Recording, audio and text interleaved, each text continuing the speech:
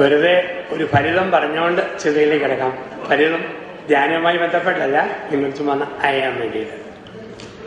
കാലിഫോർണിയയിലെ സാൻ ഫ്രാൻസിസ്കോയിൽ ഒരു ചേട്ടൻ അപ്പം ഒരച്ചായൻ നാട്ടിൽ നിന്ന് വന്നു.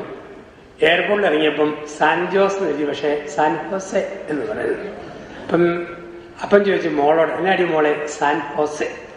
മോള് പറഞ്ഞപ്പ ഇത് സ്പാനിഷ് കമ്മ്യൂണിറ്റിക്ക് കൂടുതൽ പ്രാധാന്യമുണ്ട്, അവര് ജെ പറയുകയല്ല, ജെ എച്ച് ആയിട്ട് പറയുള്ളൂ. അപ്പം San Jose San Jose, Jojo Hoho, Joseph Jose, അങ്ങനെയാ പറയത്തുള്ളൂ. അപ്പന് സന്തോഷമായി. അപ്പം ഈ അപ്പനൊരു ഒറ്റയ്ക്ക് ഒരു വീട്ടിൽ ഉച്ചഭക്ഷണത്തിന് വേണ്ടി പോയി, ആരും കൂടെയില്ല. അപ്പം അമേരിക്ക വന്നതിന്റെ അല്പം ഗമയൊക്കെ കാണിക്കാൻ വേണ്ടി ആ വീട്ടിൽ ചെന്നപ്പോൾ അവർ ചോദിച്ചു, പിള്ളേര് അങ്കൾക്ക് സിറ്റിസൺഷിപ്പ് ഉണ്ടോ? ഇല്ല. ഗ്രീൻ കാർഡ് ഉണ്ടോ? ഇല്ല. പിന്നെ വിസിറ്റ്. ഇപ്പൊ ജനുവരി ആയാലും എന്ന് തിരിച്ചു പോകും, 5-6 മാസം കഴിഞ്ഞ് പോകും. എന്നാൽ എന്ന് പോകാനാണ് പ്ലാൻ ചെയ്യുന്നത്? ഒരു ഹൂലയോടുകൂടി പോകാനാണ് പ്ലാൻ ചെയ്യുക. അപ്പൊ നമ്മൾ തികച്ചും വ്യത്യസ്തമായ ഒരു സ്ഥലത്താണ് നമ്മൾ ജീവിക്കുക, നമ്മൾ താമസിക്കുക. അപ്പൊ നമ്മുടെ കുടുംബ ബന്ധങ്ങളിലുണ്ട് വ്യത്യാസങ്ങൾ, വ്യതിയാനങ്ങളൊക്കെ. ഒരു കുടുംബത്തിന്റെ ചിത്രം നമുക്ക് പങ്കുവെച്ചുകൊണ്ട് ആരംഭിക്കാം. വിശുദ്ധ യോഹന്നാന്റെ സുവിശേഷം 2-ാം അധ്യായം. രാവിലെ നമ്മൾ കർത്താവിൽ ആശ്രയിക്കുന്ന ജീവിതത്തെക്കുറിച്ച് പറയുമ്പം ഒരു വിവാഹ വിരുന്നിനെ വ്യാഖ്യാനിച്ചുകൊണ്ട് കുടുംബ ബന്ധങ്ങളിലേക്ക് നമ്മൾ കടന്നു വരികയാണ്. വിശുദ്ധ യോഹന്നാന്റെ സുവിശേഷം 2-ാം അധ്യായം 1 മുതൽ 11 വരെ. അവിടെ ഇങ്ങനെയാണ് പറയുക: 3-ാം ദിവസം ഗലീലയിലെ കാനാവിൽ ഒരു വിവാഹ വിരുന്ന് നടന്നു. യേശുവിന്റെ അമ്മ അവിടെ ഉണ്ടായിരുന്നു. യേശുവും അവർ ശിഷ്യന്മാരും വിരുന്നിന് ക്ഷണിക്കപ്പെട്ടിരുന്നു. അവിടെ വീഞ്ഞ് തീർന്നു പോയപ്പോൾ അവന്റെ അമ്മ അവനോട് പറഞ്ഞു, അവർക്ക് വീഞ്ഞില്ല. യേശു പറഞ്ഞു, സ്ത്രീയെ, എനിക്കും നിനക്കും എന്ത്? എന്റെ സമയം ഇനിയും ആയിട്ടില്ല. അവന്റെ അമ്മ പരിചാരകരോട് പറഞ്ഞു, അവൻ നിങ്ങളോട് പറയുന്നത് പോലെ ചെയ്യുവേ. യഹൂദരുടെ ശുദ്ധീകരണ കർമ്മത്തിലുള്ള വെള്ളം നിറയ്ക്കുന്ന 6 കൽഭരണികൾ ഇവിടെ ഉണ്ടായിരുന്നു. ഓരോന്നിലും 2-3 അളവ് കൊള്ളുമായിരുന്നു. ഭരണികളിൽ വെള്ളം നിറയ്ക്കുമെന്ന് യേശു അവരോട് കൽപ്പിച്ചു. അവർ അപ്രകാരം ചെയ്തു. വീഞ്ഞായി മാറിയ വെള്ളം എവിടെ നിന്നാണെന്ന് അവർ അറിഞ്ഞിരുന്നില്ല. കലവറക്കാരൻ മണവാളിനെ വിളിച്ചു പറഞ്ഞു, എല്ലാവരും മുന്തിയനം ആദ്യം വിളമ്പുന്നു, പൂസായി കഴിയുമ്പം താഴ്ന്നു തരൂ. പക്ഷെ നീ നല്ല വീഞ്ഞ് അവസാനം വരെയും സൂക്ഷിച്ചു വെച്ചല്ലോ. യേശു തുടങ്ങിയ അടയാളങ്ങളുടെ ആരംഭമാണ് ഗലീലയിലെ കാനാവിൽ ചെയ്ത ഇവന്റെ അത്ഭുതം. വിശുദ്ധ നാട്ടിൽ 2 കരകൾ, ഒന്ന് യൂദയ പ്രദേശം, 2 ഗലീലി പ്രദേശം. 2 പ്രദേശത്തും കാന എന്നു പേരുള്ള ഗ്രാമങ്ങളുണ്ട്. ഇവിടെ എടുത്തു പറയുന്നു ഗലീലിയിലെ കാനായിൽ. യൂദയയിലെ കാനായിലല്ല, ഗലീലിയിലെ കാനായിൽ ഒരു വിവാഹ വിരുന്ന് നടന്നു. നമ്മുടെ വിവാഹവും യഹൂദന്റെ വിവാഹവും തമ്മിൽ ഒരു വലിയ വ്യത്യാസമാണ്. നമ്മുടെ നാട്ടിൽ ജൂലൈ മാസം 31-ാം തീയതി ഒരു കല്യാണമുണ്ട് എന്ന് പറഞ്ഞ് ക്ഷണിച്ചാൽ 30-ന് വൈകിട്ട് ആൾക്കാർ വീട്ടിൽ വരും, ഭക്ഷണം കഴിക്കും. 31-ന് പള്ളിയിൽ വരും, കർമ്മത്തിൽ പങ്കെടുക്കും, ഭക്ഷണം കഴിച്ച് പല്ലും കുത്തി കുറ്റവും പറഞ്ഞുകൊണ്ട് യാത്രയാകും. എന്നാൽ നമ്മുടെ നാട്ടിൽ വിളിച്ചവരും വിളിക്കപ്പെട്ടവരും തമ്മിലുള്ള ബന്ധം. യഹൂദർക്കിടയിൽ അങ്ങനെയല്ല. ചില ആൾക്കാർ നമ്മുടെ നാട്ടിൽ പള്ളിയിൽ കൂടെ പോകത്തില്ല, പട്ടി കശാപ്പോടെ പോകുന്നില്ല, പാരീഷ് കോഴി തിന്നാൻ വേണ്ടി പോകും. അത് സ്റ്റാൻഡേർഡ് ഇല്ലാത്ത മനുഷ്യരാണ്. 1 പള്ളിയിലെ കർമ്മം, 2 പാരീഷ് കോഴിയിലെ തീറ്റ, 2-ാം സ്ഥാനമേ ഉള്ളൂ. യഹൂദർക്കിടയിൽ അങ്ങനെയല്ല. ജൂലൈ 31-ന് ഒരു വിവാഹമുണ്ട് എന്ന് പറഞ്ഞ് ക്ഷണിച്ചാൽ 26-ാം തീയതി മുതൽ 31-ാം തീയതി വരെ വിളിക്കപ്പെട്ട ആൾക്കാർക്ക് വിളിച്ച വീട്ടിൽ കയറി ചെല്ലാം. അങ്ങനെ കയറി ചെല്ലുമ്പോൾ സാമാന്യ മര്യാദയുടെ ഭാഗമാണ് വീഞ്ഞു കുടിക്കാൻ കൊടുക്കണം. അതില്ലേ നാണക്കേടാണ്. വിളിക്കപ്പെട്ടവർക്ക് ഒറ്റ കടമയേ ഉള്ളൂ, ക്ഷണക്കത്തെടുക്കുക, കൊണ്ട കൊടുക്കുക. കാവൽക്കാരൻ്റെയിൽ ക്ഷണക്കത്ത് കൊടുക്കുമ്പോൾ കാവൽക്കാരൻ ക്ഷണക്കത്ത് മേടിച്ചു വെച്ചിട്ട് മഴക്കോട്ട് പോലെ ഒരു ഓവർകോട്ട് പുതയ്ക്കാൻ കൊടുക്കും. ആ കോട്ടിന്റെ പേരാണ് വിവാഹ വസ്ത്രം. അതും പുതച്ചുകൊണ്ട് അകത്ത് കയറിയാൽ കടിത്തറ്റം തിന്നാം, മൂക്കറ്റം കുടിക്കാം. നാട്ടിൽ ചില ശവോടക്കിന് ചില പെൺപിള്ളേർ മക്കളെ കാണാം, വിദേശത്ത് വരുമ്പോൾ കറുത്ത ബ്ലൗസും കറുത്ത സാരിയും മാത്രം കൊടുത്ത് 5 എണ്ണം നിരന്നിരിക്കുമ്പം ശവത്തേക്കാൾ ശ്രദ്ധ ഈ പെണ്ണുങ്ങളിലേക്ക് പോകുന്നതാണ്. അങ്ങനെയുള്ളവരുണ്ട്. അപ്പൊ ഇങ്ങനെയുള്ള ഒരേ വേഷം ധരിച്ച് നടക്കുമ്പം ഒരു ശ്രദ്ധ കിട്ടും. ഒരേ തരി തുണിയും പുതച്ച് 10-500 പേര് പന്തലിരിക്കുമ്പം കാണാൻ നല്ല രസം. കടിത്തറ്റം തിന്നുക, മൂക്കറ്റം കുടിക്കുക, ഏമ്പക്കം വിടുക. എഴുന്നേറ്റ് വരുമ്പം കോട്ടൂരി കൊടുക്കുക, കത്ത് മേടിച്ച് കൈ പിടിക്കുക, വീട്ടിൽ ചെന്ന് കിടന്ന് ഉറങ്ങുക, അതിരാവിലെ എഴുന്നേൽക്കുക, കത്തെടുക്കുക, കൊണ്ട കൊടുക്കുക, കോട്ടിടുക, പിന്നെയും തിന്നുക. ഒരാഴ്ചക്കാലം. ബൈബിളിൽ ആർത്തിപ്പണ്ടാരമായ ഒരു മനുഷ്യനെ കാണാം. കത്തെടുക്കാനും മറന്നുപോയി, കോട്ടിടാനും മറന്നുപോയി. ബ്രേക്ക് പൊട്ടിയ വണ്ടി പോലെ കല്യാണപ്പന്തലേക്ക് ഇടിച്ചു കയറി. ചെവിക്ക് പിടിച്ചു നോക്കി പുറത്തേക്ക് വിടൂ, വിവാഹ വസ്ത്രം പുതച്ചില്ല, മിനിമം ഒരുക്കമില്ല. ഇത് പുതയ്ക്കാനുള്ള സമയം പോലും കിട്ടിയില്ല. ഒരാഴ്ച കാലം പലരും കയറി ഇറങ്ങി ഉള്ള വീഞ്ഞു കൂടി കുടിച്ചു തീർത്തപ്പോൾ കർത്താവായ യേശു വരുന്നു.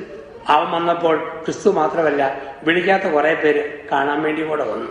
നമ്മുടെ നാട്ടിൽ സ്ഥല MLA യോ MP യെയോ ഒരു പരിപാടിക്ക് വിളിച്ചാൽ അവർ മാത്രമല്ല, വിളിക്കാത്ത ലോക്കൽ നേതാക്കന്മാര് ഒരു നാണമില്ലാതെ ഭക്ഷണം തീർക്കാൻ വേണ്ടി വലിഞ്ഞു കയറി വരും. നിങ്ങളുടെ നാട്ടിൽ വന്നേച്ച് നീണ്ട യാത്ര ചെയ്യുമ്പോൾ ആര്യഭവൻ, വസന്തഭവൻ, ശരവണഭവൻ അവിടേക്ക് കയറി ഭക്ഷണം കഴിക്കുമ്പോൾ ഓർഡർ കൊടുക്കുന്നത് ചപ്പാത്തി, നെയ്റോസ്റ്റ്, പൂരി മസാല, മസാല ദോശ.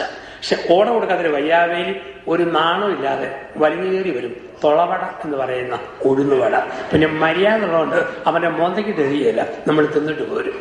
കല്യാണ വീട്ടിൽ വിളിക്കാത്ത ഉഴുന്നുവടകൾ ഓരോന്നായി ഉരുണ്ട് കയറി വന്നു. ഇത്രയും പേര് വന്നപ്പം കുടിക്കാൻ കൊടുക്കാൻ വീഞ്ഞില്ല. വീട്ടുകാർക്ക് നാണക്കേട്. ആ നാണക്കേടിൽ പരിശുദ്ധ മറിയം തന്റെ ഡ്യൂട്ടി ആരംഭിച്ചു. ദൈവമാതാവായ മറിയം എന്തിനു വേണ്ടി വന്നു എന്ന് ചോദിച്ചാൽ, അമ്മ വന്നത് മധ്യസ്ഥ പ്രാർത്ഥന നടത്താൻ വേണ്ടിയിട്ടാണ്.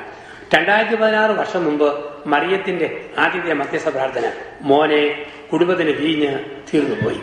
2016 ജൂലൈ 21 അമ്മയുടെ പ്രാർത്ഥന, മോനെ അച്ഛന്റെ കൃപ ചോർന്നുപോയി, ചൈതന്യം വാർന്നുപോയി, ദമ്പതിമാരുടെ കൃപ തീർന്നുപോയി, നീ കൊടുക്കുക. അമ്മ പ്രാർത്ഥിച്ചു, പുത്രൻ പ്രവർത്തിച്ചു. ഒരു നിമിഷം കൊണ്ട് കൽപ്പനയിൽ നിറയ്ക്കപ്പെട്ട പച്ചവെള്ളത്തിന്റെ വിളറി വെളുത്ത മുഖം മാറി നവവധുവിന്റെ മുഖം പോലെ ചുമന്നു കൊടുത്തു. വീര്യമുള്ള വീഞ്ഞായി വാരിക്കോരി വിളമ്പി എന്നാണ് പറയുക. ഇവിടെയാണ് നമ്മൾ കാണുക, അമ്മയ്ക്ക് കുടുംബജീവിതത്തിൽ ഒരു റോളുണ്ട്. ആ യേശു ആശീർവദിച്ച കുടുംബത്തിൽ അമ്മയാണ് ദമ്പതികൾക്ക് വേണ്ടി, വീടിന് വേണ്ടി മധ്യസ്ഥ പ്രാർത്ഥന നടത്തുക. ഇന്ന് അമ്മയെ പരിഹസിക്കുന്നവരുണ്ട്, അമ്മയെ പുച്ഛിക്കുന്നവരുണ്ട്. മറിയം പഴത്തൊലിയാണ്, യേശു പഴമാണ്. മറിയം മുട്ടത്തോടാണ്, യേശു കോഴിക്കുഞ്ഞാണ്. കുഞ്ഞു പറഞ്ഞ തോടിന് എന്നാ വില? പരിഹസിക്കുന്ന ഒരുപാട് ആൾക്കാരുണ്ട് പരിശുദ്ധ അമ്മയെ. തിരിച്ച് ചില ബന്ധികോസ് വിഭാഗങ്ങളിട്ടു, എല്ലാവരും അല്ല, ചില അങ്ങനെയുള്ളവരുണ്ട്. ഞാനിങ്ങനെ ഒരു റാന്നിയിൽ ഒരു കൺവെൻഷൻ കഴിഞ്ഞ് പത്തനംതിട്ടയ്ക്ക് ബസ്സിൽ പോവാ.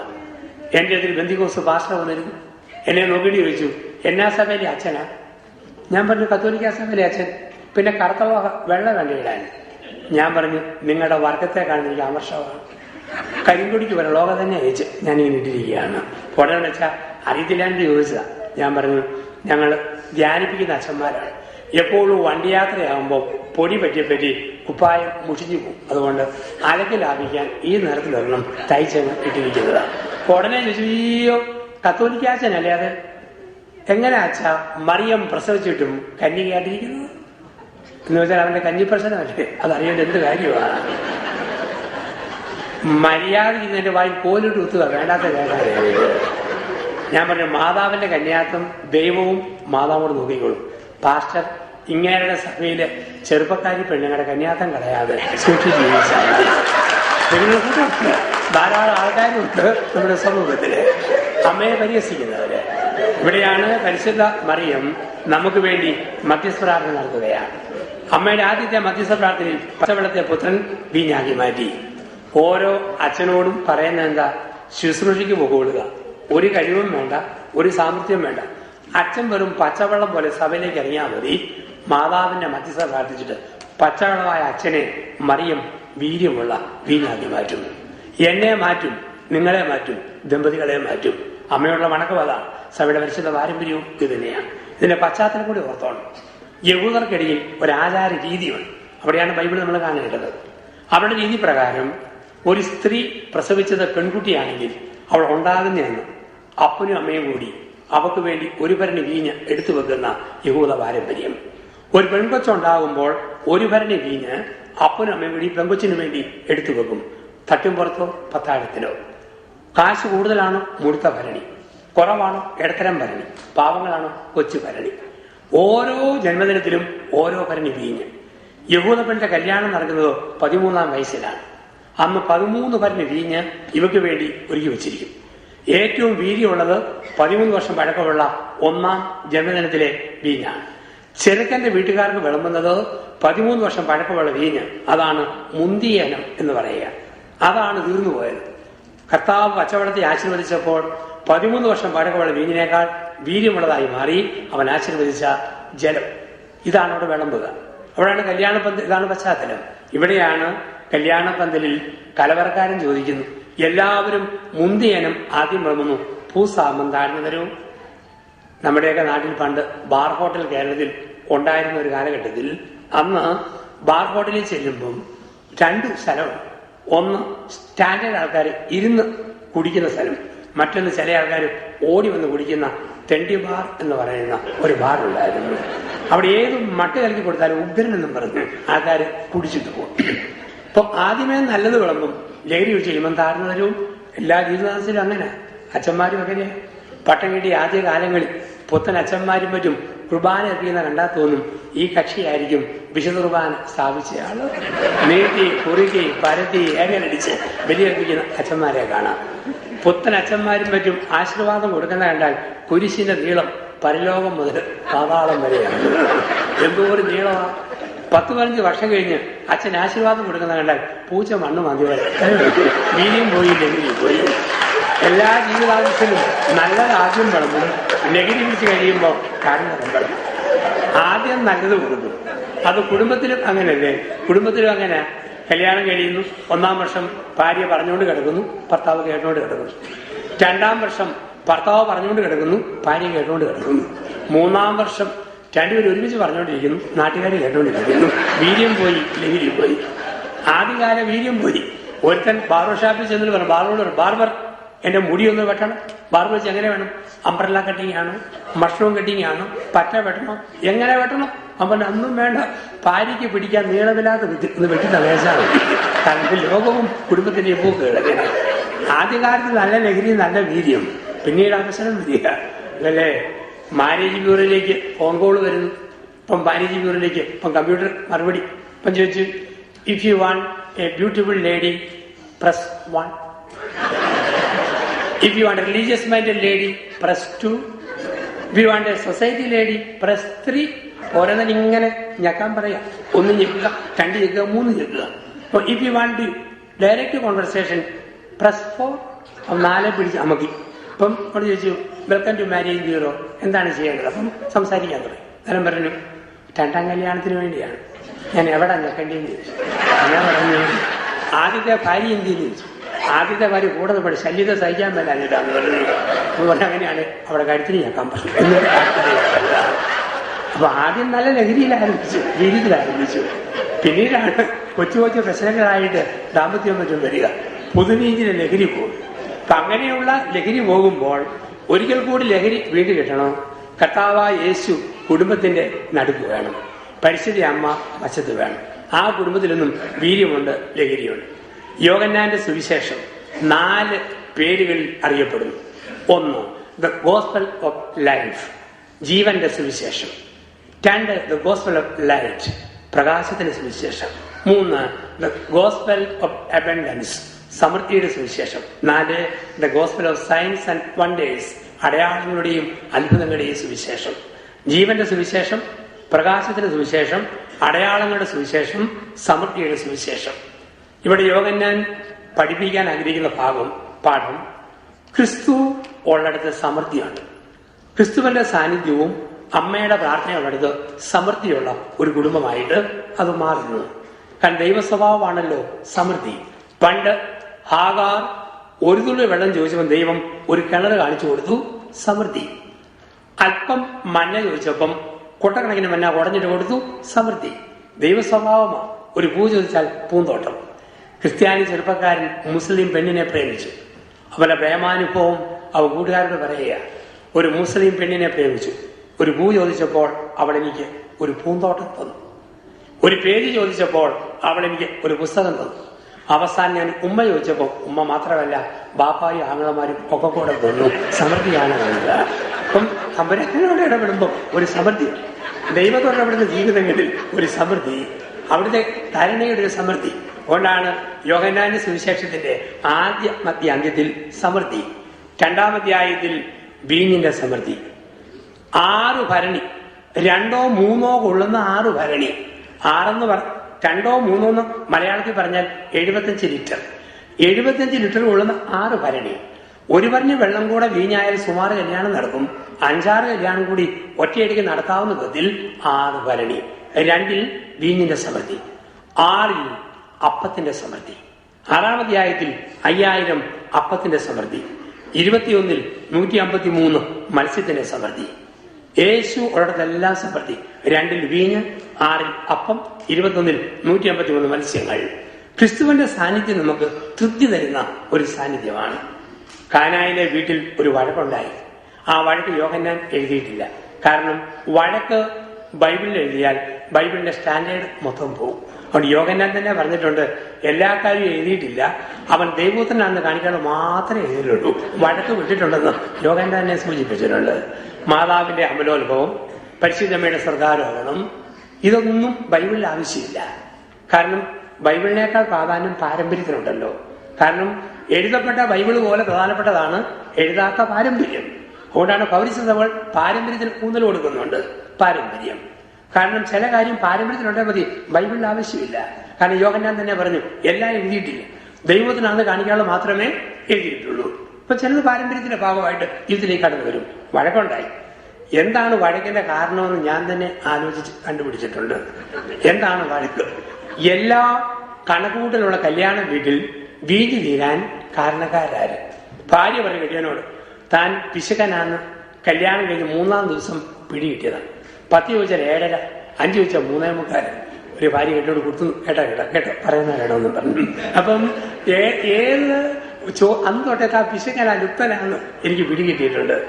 എന്റെ പൊന്നു മനുഷ്യ, എങ്കിലും നമ്മുടെ ഒരേ ഒരു മട കല്യാണ ദിവസം ഈ പിശുക്കന്റെ പണി കാണിച്ചത് മഹാമോശമായി പോയി. ഭാര്യ പറഞ്ഞു കെട്ടിയവന്റെ കുഴപ്പമാ. മോള് പറഞ്ഞു എന്നാ അപ്പനാ.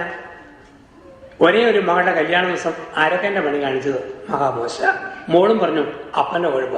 അപ്പം പറഞ്ഞു എടി പെണ്ണെ, കണ്ട ഊത്തവയറന്മാർ കൂട്ടുകാരന്മാരെ വിളിച്ചപ്പം മുൻകൂർ നമ്പർ തരണം, നീ നമ്പർ തരാഞ്ഞതാ പ്രശ്നം. അപ്പം പറഞ്ഞു മോളുടെ കുഴപ്പ. പണിക്കാര് പറഞ്ഞു എന്നാ ഒരു തന്തയാ, 500 വയറന്മാരെ വിളിച്ചിട്ട് 50 ഗ്ലാസ് വീഞ്ഞ് വിളമ്പിക്കോ ഒപ്പിച്ചോ വിളമ്പിക്കോ, എവിടെ പോയി ഒപ്പിക്കാനായിട്ടാ. വേറെ ചെല്ലു പറഞ്ഞു വിളമ്പുന്നവന്മാരുടെ കുഴപ്പമാ, അവന്മാര് 1 ഗ്ലാസ് വിളമ്പും അടുത്തത് മൂത്തും, പിന്നത്തേത് വിളമ്പും അടുത്തത് മൂത്തും. അതിന് തെളിവുണ്ട്. പച്ചവെള്ളം വീഞ്ഞാക്കി വിളമ്പിയിട്ട് പറഞ്ഞെന്താ, ആദ്യത്തേനേക്കാൾ മുന്തി അനവിതാണല്ലോ എന്ന് പറയണമെങ്കിൽ ആദ്യത്തേത് മോന്തിയിട്ടിരിക്കുകയാണ്, ഇത് മുന്തിയുള്ളത്. കാനായി ഒരമ്മയാണ്. സങ്കടങ്ങളുടെ സപ്തസാഗരങ്ങൾ നീന്തി കയറിയ ഒരമ്മ. അമ്മയ്ക്കറിയാം പ്രശ്നക്കാരെ കണ്ടുപിടിച്ചാൽ പരിഹാരമില്ല, പരിഹാരം തരുന്നവനെ കണ്ടുപിടിക്കണം. അമ്മ പറഞ്ഞു മോനെ വീഞ്ഞില്ല, പ്രശ്നം തീർന്നു. നിങ്ങളുടെ കുടുംബത്തിൽ ഒരു പ്രശ്നമുണ്ടോ, കെട്ടിയവന്റെ കുറ്റമാണെന്ന് പറഞ്ഞാൽ പ്രശ്നം തീരുകയില്ല. ഭാര്യയുടെ കുഴപ്പമാണെന്ന് പറഞ്ഞാൽ പ്രശ്നം തീരുകയില്ല. കെട്ടിവന്നവന്റെ പെരുമാറ്റമാ, കെട്ടിയ മകന്റെ മനംമാറ്റമാണെന്ന് പറഞ്ഞാൽ പ്രശ്നം തീരുകയില്ല. പ്രശ്നം തീരണോ ഞായറാഴ്ച കുർബാനയ്ക്ക് അൾത്താരിലേക്ക് വരണം. പ്രശ്നം തീരണോ വൈകിട്ട് ഒരുമിച്ചിരുന്ന് പ്രാർത്ഥിക്കണം. പ്രശ്നം തീരണോ വേദപുസ്തകം തുറന്ന് വായിക്കണം. പ്രശ്നം തരുന്നവൻ പന്തലിന്റെ പുറത്തല്ല, പന്തലിന്റെ അകത്താണ്. പറഞ്ഞാൽ പ്രശ്നം പെരുകുകയുള്ളൂ. പരിഹാരം കിട്ടണോ ക്രിസ്തുവിന്റെ സാന്നിധ്യം വേണം. കാനായിൽ പരിഹാരമുണ്ടായി. അങ്ങനെയെങ്കിൽ നമ്മുടെ ഈ കുടുംബ ചിന്തകൾ പങ്കുവെക്കുന്ന അവസരത്തിൽ ഒരു ചോദ്യം. അമേരിക്കയിലും കാനഡയിലും ഒക്കെ ചെതറിക്കിടക്കുന്ന എന്റെ വീട് എങ്ങനെയുള്ള വീടാണ്? 10 കൂട്ടം ദാമ്പത്യ ബന്ധങ്ങൾ ഇന്നുണ്ട്. അതിലേതിൽ പെടും എന്റെ ദാമ്പത്യമെന്ന് ഒരാത്മശോധനയ്ക്ക് ഈ മണിക്കൂർ നമ്മൾ ഒന്നിച്ച് ചെലവഴിക്കുന്നു. 10 കൂട്ടം ദാമ്പത്യങ്ങൾ. 1. സ്നേഹത്തിന്റെ ദാമ്പത്യം. സ്നേഹത്തിന്റെ ദാമ്പത്യം. കുടുംബത്തിൽ ഭർത്താവിനെ സ്നേഹിക്കുന്ന ഭാര്യ, ഭാര്യയെ സ്നേഹിക്കുന്ന ഭർത്താവ്. സ്നേഹം നമ്മളെ കൊണ്ട് 2 കാര്യങ്ങൾ ചെയ്യിപ്പിക്കും. 1. സ്നേഹം നമ്മളെ കരയിപ്പിക്കും. 2. സ്നേഹം നമ്മളെ കാത്തിരിക്കാൻ നിർബന്ധിക്കും. സ്നേഹം നമ്മളെ കരയിപ്പിക്കും. സ്നേഹം നമ്മളെ കാത്തിരിക്കാൻ പഠിപ്പിക്കും. നമുക്കറിയാം, സ്നേഹമുള്ളിടത്ത് കണ്ണ് നിറയും. എന്റെ അമ്മയ്ക്കൊരു മേജർ ഓപ്പറേഷൻ എന്ന് പറഞ്ഞാൽ മോന്റെ മോളുടെ കണ്ണ് നിറയും. എന്റെ കുഞ്ഞിന് ഒരു രോഗമാണെന്ന് പറഞ്ഞാൽ മാതാപിതാക്കളുടെ കണ്ണ് നിറയും. ഭർത്താവിന് ഒരു ടെൻഷനാണെന്ന് അറിഞ്ഞാൽ ഭാര്യയുടെ കണ്ണ് നിറയും. ഭാര്യയ്ക്ക് ഒരു നമ്പരമാണെങ്കിൽ ഭർത്താവിന് കണ്ണ് നിറയും. ഏതെങ്കിലും ഭാര്യ പറയോ നീരട്ടെങ്ങനെ നീരട്ടെ, നീറ്റിയാക്കാ പോലെ നീരട്ടെ, എന്നെ നാറ്റിയ തന്നെ നീറ്റാനുള്ള സമയം ഇതാ വന്നിരിക്കുന്നു. ഒരിക്കലും പറയാൻ പറ്റിയല്ലോ. ഭർത്താവിന് ഭാര്യയോടോ ഭാര്യയ്ക്ക് ഭർത്താവിനോട് പറയാൻ പറ്റിയല്ല. മെഴുകുതിരി പോലെ ദാമ്പത്യം. മെഴുക് തിരി 2 സാധനമാണ്. ഒന്ന് മെഴുക്, മറ്റേ തിരി. 2ആയിട്ടിരിക്കുമ്പോൾ ഒരു പ്രശ്നവുമില്ല. പക്ഷെ മെഴുകുതിരി ആയോ, തിരി കത്തിയാൽ മെഴുകുരുവും, മെഴുകുരുകിയാൽ തിരി കത്തും. കല്യാണത്തിന് മുമ്പ് വരെ പാപ്പച്ചനും പെണ്ണമ്മയും മെഴുകും തിരിയും. പത്തനംതിട്ടക്കാരൻ പാപ്പച്ചൻ എന്നാ പറ്റിയാലും ചെങ്ങന്നൂരിലെ പെണ്ണമ്മയ്ക്ക് ഒരു പ്രശ്നമില്ല. ചെങ്ങന്നൂരെ പെണ്ണമ്മയ്ക്ക് എന്നാ പറ്റിയാലും പത്തനംതിട്ടയിലെ പാപ്പച്ചനും പ്രശ്നമില്ല. പക്ഷെ കല്യാണം കഴിഞ്ഞോ പാപ്പച്ചനും പെണ്ണമ്മയും മെഴുകുതിരി. പാപ്പച്ചൻ കത്തിയാൽ പെണ്ണമ്മ ഉരുകും, പെണ്ണമ്മ ഉരുകിയാൽ പാപ്പച്ചൻ കത്തും. ഇതാണ് കരയുന്ന ദാമ്പത്യം. ഭർത്താവിന്റെ സങ്കടം ഭാര്യയുടെ സങ്കടം, ഭാര്യയുടെ സങ്കടം ഭർത്താവിന്റെ സങ്കടം. അങ്ങനെ ആയിട്ടില്ലെങ്കിൽ ഇന്നും വിവാഹം ആചാരത്തിൽ നടന്നാലും ഹൃദയത്തിൽ സംഭവിച്ചിട്ടില്ല. കരയിക്കും. രണ്ട്, സ്നേഹം നമ്മളെ കാത്തിരിക്കാൻ പഠിപ്പിക്കും. ഭർത്താവ് എവിടെ പോയാലും തിരിച്ചു വരുന്നത് കാത്തിരിക്കുന്ന ഭാര്യ. ഭർത്താവ് പുറത്തു പോയി 2 മണിക്ക് വരുമെന്ന് പറഞ്ഞു. 1:45 നമ്മളെ ഭാര്യ നോക്കുന്നു. ഓരോ ഫോണും വരുമ്പം, ഓരോ കോളിമേലും വരുമ്പം ഭർത്താവാണോ 2 മണിക്ക് ബെല്ലടിച്ച് നോക്കിയും ഭർത്താവ് ഉടനെ പറയുന്നു, എന്റെ പൊന്നു മനുഷ്യ, നിങ്ങൾ വരുന്നില്ലല്ലോ എന്നോർത്ത് നെഞ്ചത്ത് തീയായിരുന്നു. നിങ്ങൾ മുട്ട വേവുമായിരുന്നു, കണ്ടപ്പോഴാ തീ ഒന്ന് കെട്ടത്. സത്യം പറഞ്ഞാൽ കണ്ടപ്പോഴാ തീ കത്തിയത്, പറഞ്ഞേക്കല്ലേ, ഇപ്പോഴാ കേട്ടോ തീ ഒന്ന് കെട്ടത്. ഭർത്താവിന് തോന്നണം എന്നെ കാത്തു നിൽക്കുന്ന ഭാര്യ വരുമ്പോൾ ഭർത്താവ് പറയും, എന്റെ ഏടി നീ പോയപ്പോ വീട് ഒരു സിമിത്തേരി പോലായിരുന്നു, നീ വന്നപ്പോഴാ അനക്കം വന്നത്, നീ ഇല്ലാത്ത കാര്യം ഓർക്കാൻ പറ്റിയ. ചിലയാണ് അതും കൂടെ തുറന്നു പറയും, നീ ഇല്ലാത്ത ഒരു സിമിത്തേരി പോലെ, നീ വന്നപ്പോഴാ ശവം വന്ന് കയറിയത്. അങ്ങനെ പറഞ്ഞു കരുതത്. ഭാര്യയ്ക്ക് തോന്നണം എന്നെ കാത്തിരിക്കുന്ന ഭർത്താവിന് തോന്നണം എന്നെ കാത്തിരിക്കുന്ന ഭാര്യ. സ്നേഹം നമ്മളെ കരയിപ്പിക്കും, സ്നേഹം നമ്മളെ കാത്തിരിക്കാൻ പഠിപ്പിക്കും. അപ്പൊ 1 സ്നേഹത്തിന്റെ ദാമ്പത്യം. 2 വിശ്വാസത്തിന്റെ ദാമ്പത്യം. കുടുംബത്തിൽ വിശ്വസിക്കണം. സ്വന്തം അപ്പനെയും അമ്മയേക്കാൾ കൂടെ കിടന്നവളെ വിശ്വസിക്കണം, കൂടെ കിടന്നവനെ വിശ്വസിക്കണം. അതാണ് ദാമ്പത്യത്തിന്റെ മനഃശാസ്ത്രം എന്ന് പറയുക. ഭർത്താവിനെ സംശയിക്കുക, ഭാര്യയെ സംശയിക്കുക എന്ന് പറഞ്ഞാൽ കുടിക്കുന്ന വെള്ളത്തെയും ശ്വസിക്കുന്ന വായുവിനെയും സംശയിക്കുന്ന കഷ്ടമാണ്. ഒരു കാരണവശാലും സംശയത്തിന്റെ വിത്ത് വീടരുത്. ചിലർക്ക് വേണ്ടി സംശയത്തിന്റെ വിത്ത് ഇതെവിടുന്ന് ആരംഭിച്ചതാ? പരദീസ. ആദ്യ രാത്രി 12 മണിക്ക് ആദം കൂർക്കം വെച്ച് കിടന്ന് ഉറങ്ങുമ്പോൾ ആദത്തിന്റെ വയറെക്കൂടെ ചൂലുകൊണ്ട് തൂക്കുന്ന പോലെ എന്തോ ഒന്ന് എഴഞ്ഞു കയറും. ആദം ഞെട്ടിയേക്ക് നോക്കുമ്പം അവ വയറെ കയറി കുത്തിയിരുന്ന് അവന്റെ ഭാര്യയെ എണ്ണുക. 1, 2, 3, 3, 2, 1. എന്നാടി എണ്ണുന്നത്? മിണ്ടാതിരി മനുഷ്യ, നിങ്ങളുടെ വേറെ വല്ല ഭാര്യയിലും പോയിട്ടുണ്ടോ? എനിക്കൊരു സംശയം. 1, 2, 3, 3, 2, 1. അന്നേ ആരംഭിക്കുന്ന സംശയം. 75 വയസ്സുള്ള സ്ത്രീ ധ്യാനിക്കാൻ വന്നത് വെച്ചാ കെട്ടിയവന് വയസ്സ് 80. എന്റെ അച്ഛൻ 80 ആണെങ്കിൽ ഇപ്പോഴും വേലക്കാരി വെള്ളവും കൂടെ മുമ്പ് എത്തി കുത്തിയൊരു നോട്ടമുണ്ട്. എന്നാ ഒരു നോട്ടമാണ്. അപ്പൊ ഞാൻ എന്നോട് അച്ഛനൊന്ന് ഉപദേശിക്കണം. ഞാൻ പറഞ്ഞു, എന്റെ അപ്പന്റെ പ്രായമുള്ള ആൾ ഈ കാര്യത്തിൽ ഞാനിങ്ങനെ ഉപദേശിക്കാനായിട്ട്. അപ്പൊ ഞാനെന്ന് സമ്മതിച്ചു. പിന്നെ ഒരിക്കലും ഒരു യാത്രയിൽ വീട്ടിൽ ചെന്നു. ഈ കാർന്നവരെ കണ്ടപ്പോൾ സങ്കടം തോന്നി. എഴുന്നേറ്റ് നേരെ ഇരുന്ന് ഒരു ഏമ്പക്കം വിടാനുള്ള ആംബിയറും ഇല്ലാത്ത മനുഷ്യനാണ്. അപ്പൊ ഈ പിശാചി ബന്ധത്തിന്റെ മുടിഞ്ഞ സംശയമാണിത്, തൊട്ടുപിടിച്ചതല്ല. ഇങ്ങനെയുള്ള പെണ്ണുങ്ങളുടെ സംശയം. ഒരിക്കലും കുടുംബത്തിൽ സംശയം വീഴാതെ സൂക്ഷിക്കണം. സംശയത്തിന്റെ അന്തരീക്ഷം ഉണ്ടാകാൻ ഭർത്താവ് അനുവദിക്കരുത്, ഭാര്യയും അനുവദിക്കരുത്. ഉദാഹരണം, ഭാര്യയോടൊന്നും മിണ്ടാത്തവൻ, മക്കളോടൊന്നും വർത്താനം പറയാത്തവൻ, നിത്യ മൗനം. കണ്ടാത്തൊന്നും മിസ്റ്റർ സക്കറിയ, മൗനത്തോട് മൗനം. പക്ഷെ വേറെ ചില കൂട്ടുകാരെയോ കാണുമ്പോഴോ അല്ലെങ്കിൽ ഫോൺ വിളി തുടങ്ങുമ്പോഴോ ഉൽപ്പത്തി മുതൽ വെളിപാട് വരെ പറയാൻ ഒരു ബുദ്ധിമുട്ടില്ലെങ്കിൽ തീർച്ചയായിട്ടും അവനെ ഭാര്യ സംശയിക്കും. അതിന് കാരണമുണ്ട്. സ്വന്തം ഭാര്യയോട് മിണ്ടാത്ത വർത്തമാനം ഏത് അവളോട് എല്ലാം മിണ്ടാനായിട്ട്? സ്വന്തം ഭാര്യ പറയാത്ത വർത്തമാനം ഏത് കൂട്ടുകാരുടെ പറയാനുള്ളത്? അത് പ്രശ്നമാണ്. പല പെണ്ണുങ്ങളും കെട്ടികളോടും മിണ്ടത്തില്ല, മക്കളോടും മിണ്ടത്തില്ല. ചില ഫോൺ വരുമ്പോഴത്തേക്ക് ഇക്കിളി എടുത്തുകൊണ്ട് വർത്തമാനം, ചില കൂട്ടുകാരെ വർത്തമാനത്തോട് വർത്തമാനം. അവിടെയാണ് സംശയം വീഴ്ത്താതിരിക്കാൻ ഭർത്താവ് ഭാര്യയെ ശ്രദ്ധിക്കണം. ഒരു സ്ത്രീ ഭർത്താവിന്റെ പാൻസും ഷർട്ടും എല്ലാം അലക്കി തേച്ച് കൊടുത്തിട്ട് അവന്റെ വയറിനൊരു കുത്തും കൊടുത്തു. നാടി നോക്കി, തനിക്ക് ഞാൻ തരാത്തതൊന്നും എല്ലാ സ്നേഹവും തന്നിട്ടുണ്ട്, താൻ എന്നെ വഞ്ചിച്ച് വേറെ ഏതോ പെണ്ണുങ്ങളോട് ബന്ധമാണ്. അതിനാടി തന്റെ ഷർട്ടിന്റെ പോക്കറ്റിൽ തേച്ചപ്പം ഒരു പെണ്ണിന്റെ പേര് ഹെലൻ. ആരാടോ ഹെലൻ? റെഡി പൊട്ടി. അത് പെണ്ണല്ല. ഞാൻ ടൗണിൽ ചെന്നപ്പം കുതിരകളുടെ പന്തയോട്ടം, ഒരു പെൺകുതിരയുടെ പേരാണ് ഹെലൻ. അതിന്റെ പേരിൽ 10,000 രൂപ പന്തയം വെച്ചു. പേര് മറക്കാതിരിക്കാൻ എഴുതിയിട്ടതല്ലേ. ഓ സോറി ചേട്ടാ, ഞാനത് ഏതോ പെണ്ണാണെന്ന് തീർന്നു. രാവിലെ 6:30 കട്ടൻ കാപ്പി അനത്തി കൊടുത്ത് പഞ്ചാരയ്ക്ക് ഇളക്കി കൊടുത്തു. അവന്റെ കവിളിലൊരു കുത്ത്. ഞാനീ പിന്നെയും കുത്തിന്ന് ചോദിച്ചു. അതെ, തന്റെ പന്തയക്കുതിര 5:45 ഫോൺ വിളിച്ചായിരുന്നു. അപ്പം സംശയം ഇടാതെ സൂക്ഷിക്കണം. അതിൽ അവസരം ഉണ്ടാകാതിരിക്കാനും സൂക്ഷിക്കണം. അപ്പം സംശയമുള്ള തൊട്ടനും പിടിച്ചതൊക്കെ പ്രശ്നമാകും കുടുംബത്തില്. അവിടെ ആണുങ്ങളെ ശ്രദ്ധിക്കണം, പെണ്ണുങ്ങളെ ശ്രദ്ധിക്കണം. ഒരു തുറവ് വേണം, ഒരു സന്തോഷം വേണം, ഒന്നും മറയ്ക്കാത്തൊരു ജീവിതം വേണം. അല്ലെങ്കിൽ അത് തെറ്റായി പോകും. ഇവിടെയാണ് പറയുക വിശ്വസിക്കുന്ന ദാമ്പത്യം.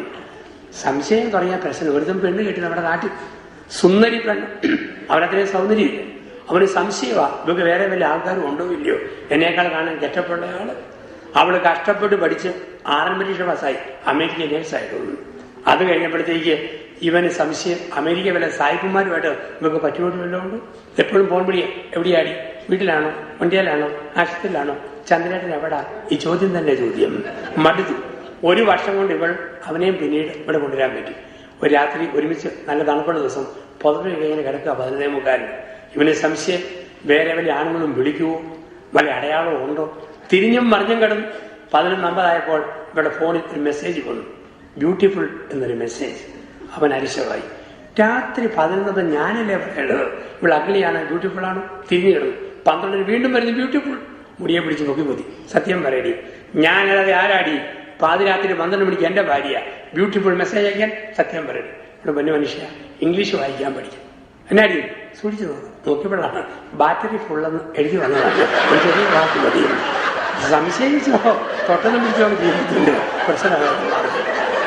അപ്പം വിശ്വസിക്കുന്ന ഒരു ദാമ്പത്യം കുടുംബത്തില്, ഭർത്താവിനെ വിശ്വസിക്കുന്ന ഭാര്യ, ഭാര്യയെ വിശ്വസിക്കുന്ന ഭർത്താവ്, സംശയം വന്നോ തൊട്ടൊന്നും പിടിച്ചതെല്ലാം ജീവിതത്തിന്റെ ടെൻഷനായിട്ട് മാറുന്നു. ഇപ്പൊ കുടുംബത്തിൽ വിശ്വസിക്കുന്ന ദാമ്പത്യം, ഭർത്താവിനെ ഭാര്യ വിശ്വസിക്കണം, ഭാര്യയെ ഭർത്താവ് വിശ്വസിക്കണം. ഇപ്പൊ 1 സ്നേഹത്തിന്റെ ദാമ്പത്യം, 2 വിശ്വസിക്കുന്ന ദാമ്പത്യം, 3 കരുണയുടെ ദാമ്പത്യം, കാരുണ്യത്തിന്റെ ദാമ്പത്യം. ഭർത്താവ് സംസാരത്തിൽ ഭാര്യയോട് കരുണ കാണിക്കണം, ഭാര്യ സംസാരത്തിൽ ഭർത്താവിനോട് കരുണ കാണിക്കണം. പരുഷമായ വാക്കുകൾ ഭാര്യയോട് പറയരുത്, ഭർത്താവിനോട് പറയരുത്. സംസാരത്തിലൊക്കെ ഒരു കരുണ ഭാര്യയ്ക്ക് തോന്നണം, എന്നെ കരുതുന്ന എന്നോട് അലിവുള്ള ഭർത്താവാണ്. ഭർത്താവിന് തോന്നണം, ധിക്കരിക്കുന്ന തലവര പറയുന്ന ഒരു എടുത്തിയാടുന്ന വ്യക്തിയല്ല, എന്നെ കരുതുന്ന എന്നോട് കരുണയോടെ സംസാരിക്കുന്ന ഒരു ഭാര്യയാണ്. ഈ ചിന്ത വേണം. വാക്കുകളെ ശ്രദ്ധിക്കണമെന്നാണ് പറയുക. ഒരു സ്ഥലത്ത് ഇങ്ങനെ ധ്യാനിപ്പിച്ചപ്പോൾ പറഞ്ഞു, നല്ല ഭാര്യാഭർത്താക്കന്മാര് ഇഷ്ടമില്ലാത്ത വാക്കുകൾ പറയരുത്, ഇഷ്ടമുള്ളത് നോക്കി പറയണം. പ്രത്യേകിച്ച് പറഞ്ഞു, പെണ്ണുങ്ങൾക്ക് എത്ര വയസ്സായാലും അവർക്ക് ഏറ്റവും ഇഷ്ടമാണ് മോളെ മോളെ എന്നുള്ള വിളി. വയസ്സ് എത്രയായാലും പേരിലൂടെ മോളെ എന്ന് വിളിച്ചോണം. ജെസ്സിയാണോ ജെസ്സി മോളെ, ടെസ്സിയാണോ ടെസ്സി മോളെ, ലൂസിയാണോ ലൂസി മോളെ, ജാസ്മിനാണോ ജാസ്മിൻ മോളെ, ലിസിയാണോ ലിസി മോളെ, മോളിയാണോ മോളുടെ മോളെ, അതൊന്ന് വിളിച്ചോണം. ഇത് കഴിഞ്ഞൊരു സ്ത്രീ പറഞ്ഞാച്ചാൽ പ്രത്യേക ധ്യാനമൊന്നും പോകണ്ട. കല്യാണം കഴിഞ്ഞ് 1 വർഷം കഴിഞ്ഞപ്പോൾ ഒരു മനുഷ്യനെ മോളെ മോളെ എന്ന് വിളിക്കും, നീട്ടി. പക്ഷെ ആരംഭത്തിൽ വേറെ ഏതാണ്ട് പൂരിപ്പിച്ചിട്ട് അവസാനം വെച്ചാൽ ഈ മോളെ എന്നുള്ള വിളി വരിക. അപ്പം കരുണ വേണം, കരുണയുടെ സംഭാഷണം വേണം, കരുണയുടെ ബന്ധവും വേണം കുടുംബത്തിൽ. അത് മക്കളോടാണെങ്കിലും പരുഷമായ വാക്ക് പറയരുത്. പ്രായമുള്ള മാതാപിതാക്കളോടാകാം, മക്കളോടാകാം, വാക്കിലൊക്കെ ഒരു കരുണ വേണം. ഒരു മോൻ പരീക്ഷയ്ക്ക് പഠിച്ച് മടുത്തു. പരീക്ഷ കഴിഞ്ഞപ്പോൾ അവന്റെ കണ്ണും കൂടെ കുഴിഞ്ഞുപോയി. അമ്മ പറഞ്ഞേ, നമ്മുടെ മോൻ പഠിച്ച് അവന്റെ കണ്ണു കുഴിഞ്ഞുപോയി, വിറ്റാമിൻ വല്ലതും മേടിച്ചു കൊടുക്കണോ കേട്ടോ നമ്മുടെ മോന്. പിന്നെ അപ്പന്റെ മറുപടി, സാരമില്ലടി, റിസൾട്ട് വരുമ്പോൾ തന്നെ തള്ളി വന്നോളും. ഇത് കൂടി വാക്ക് പറയുന്നവരുണ്ട്. അപ്പം കാരുണ്യത്തിന്റെ വാക്കുകൾ നമ്മൾ ശ്രദ്ധിക്കുക.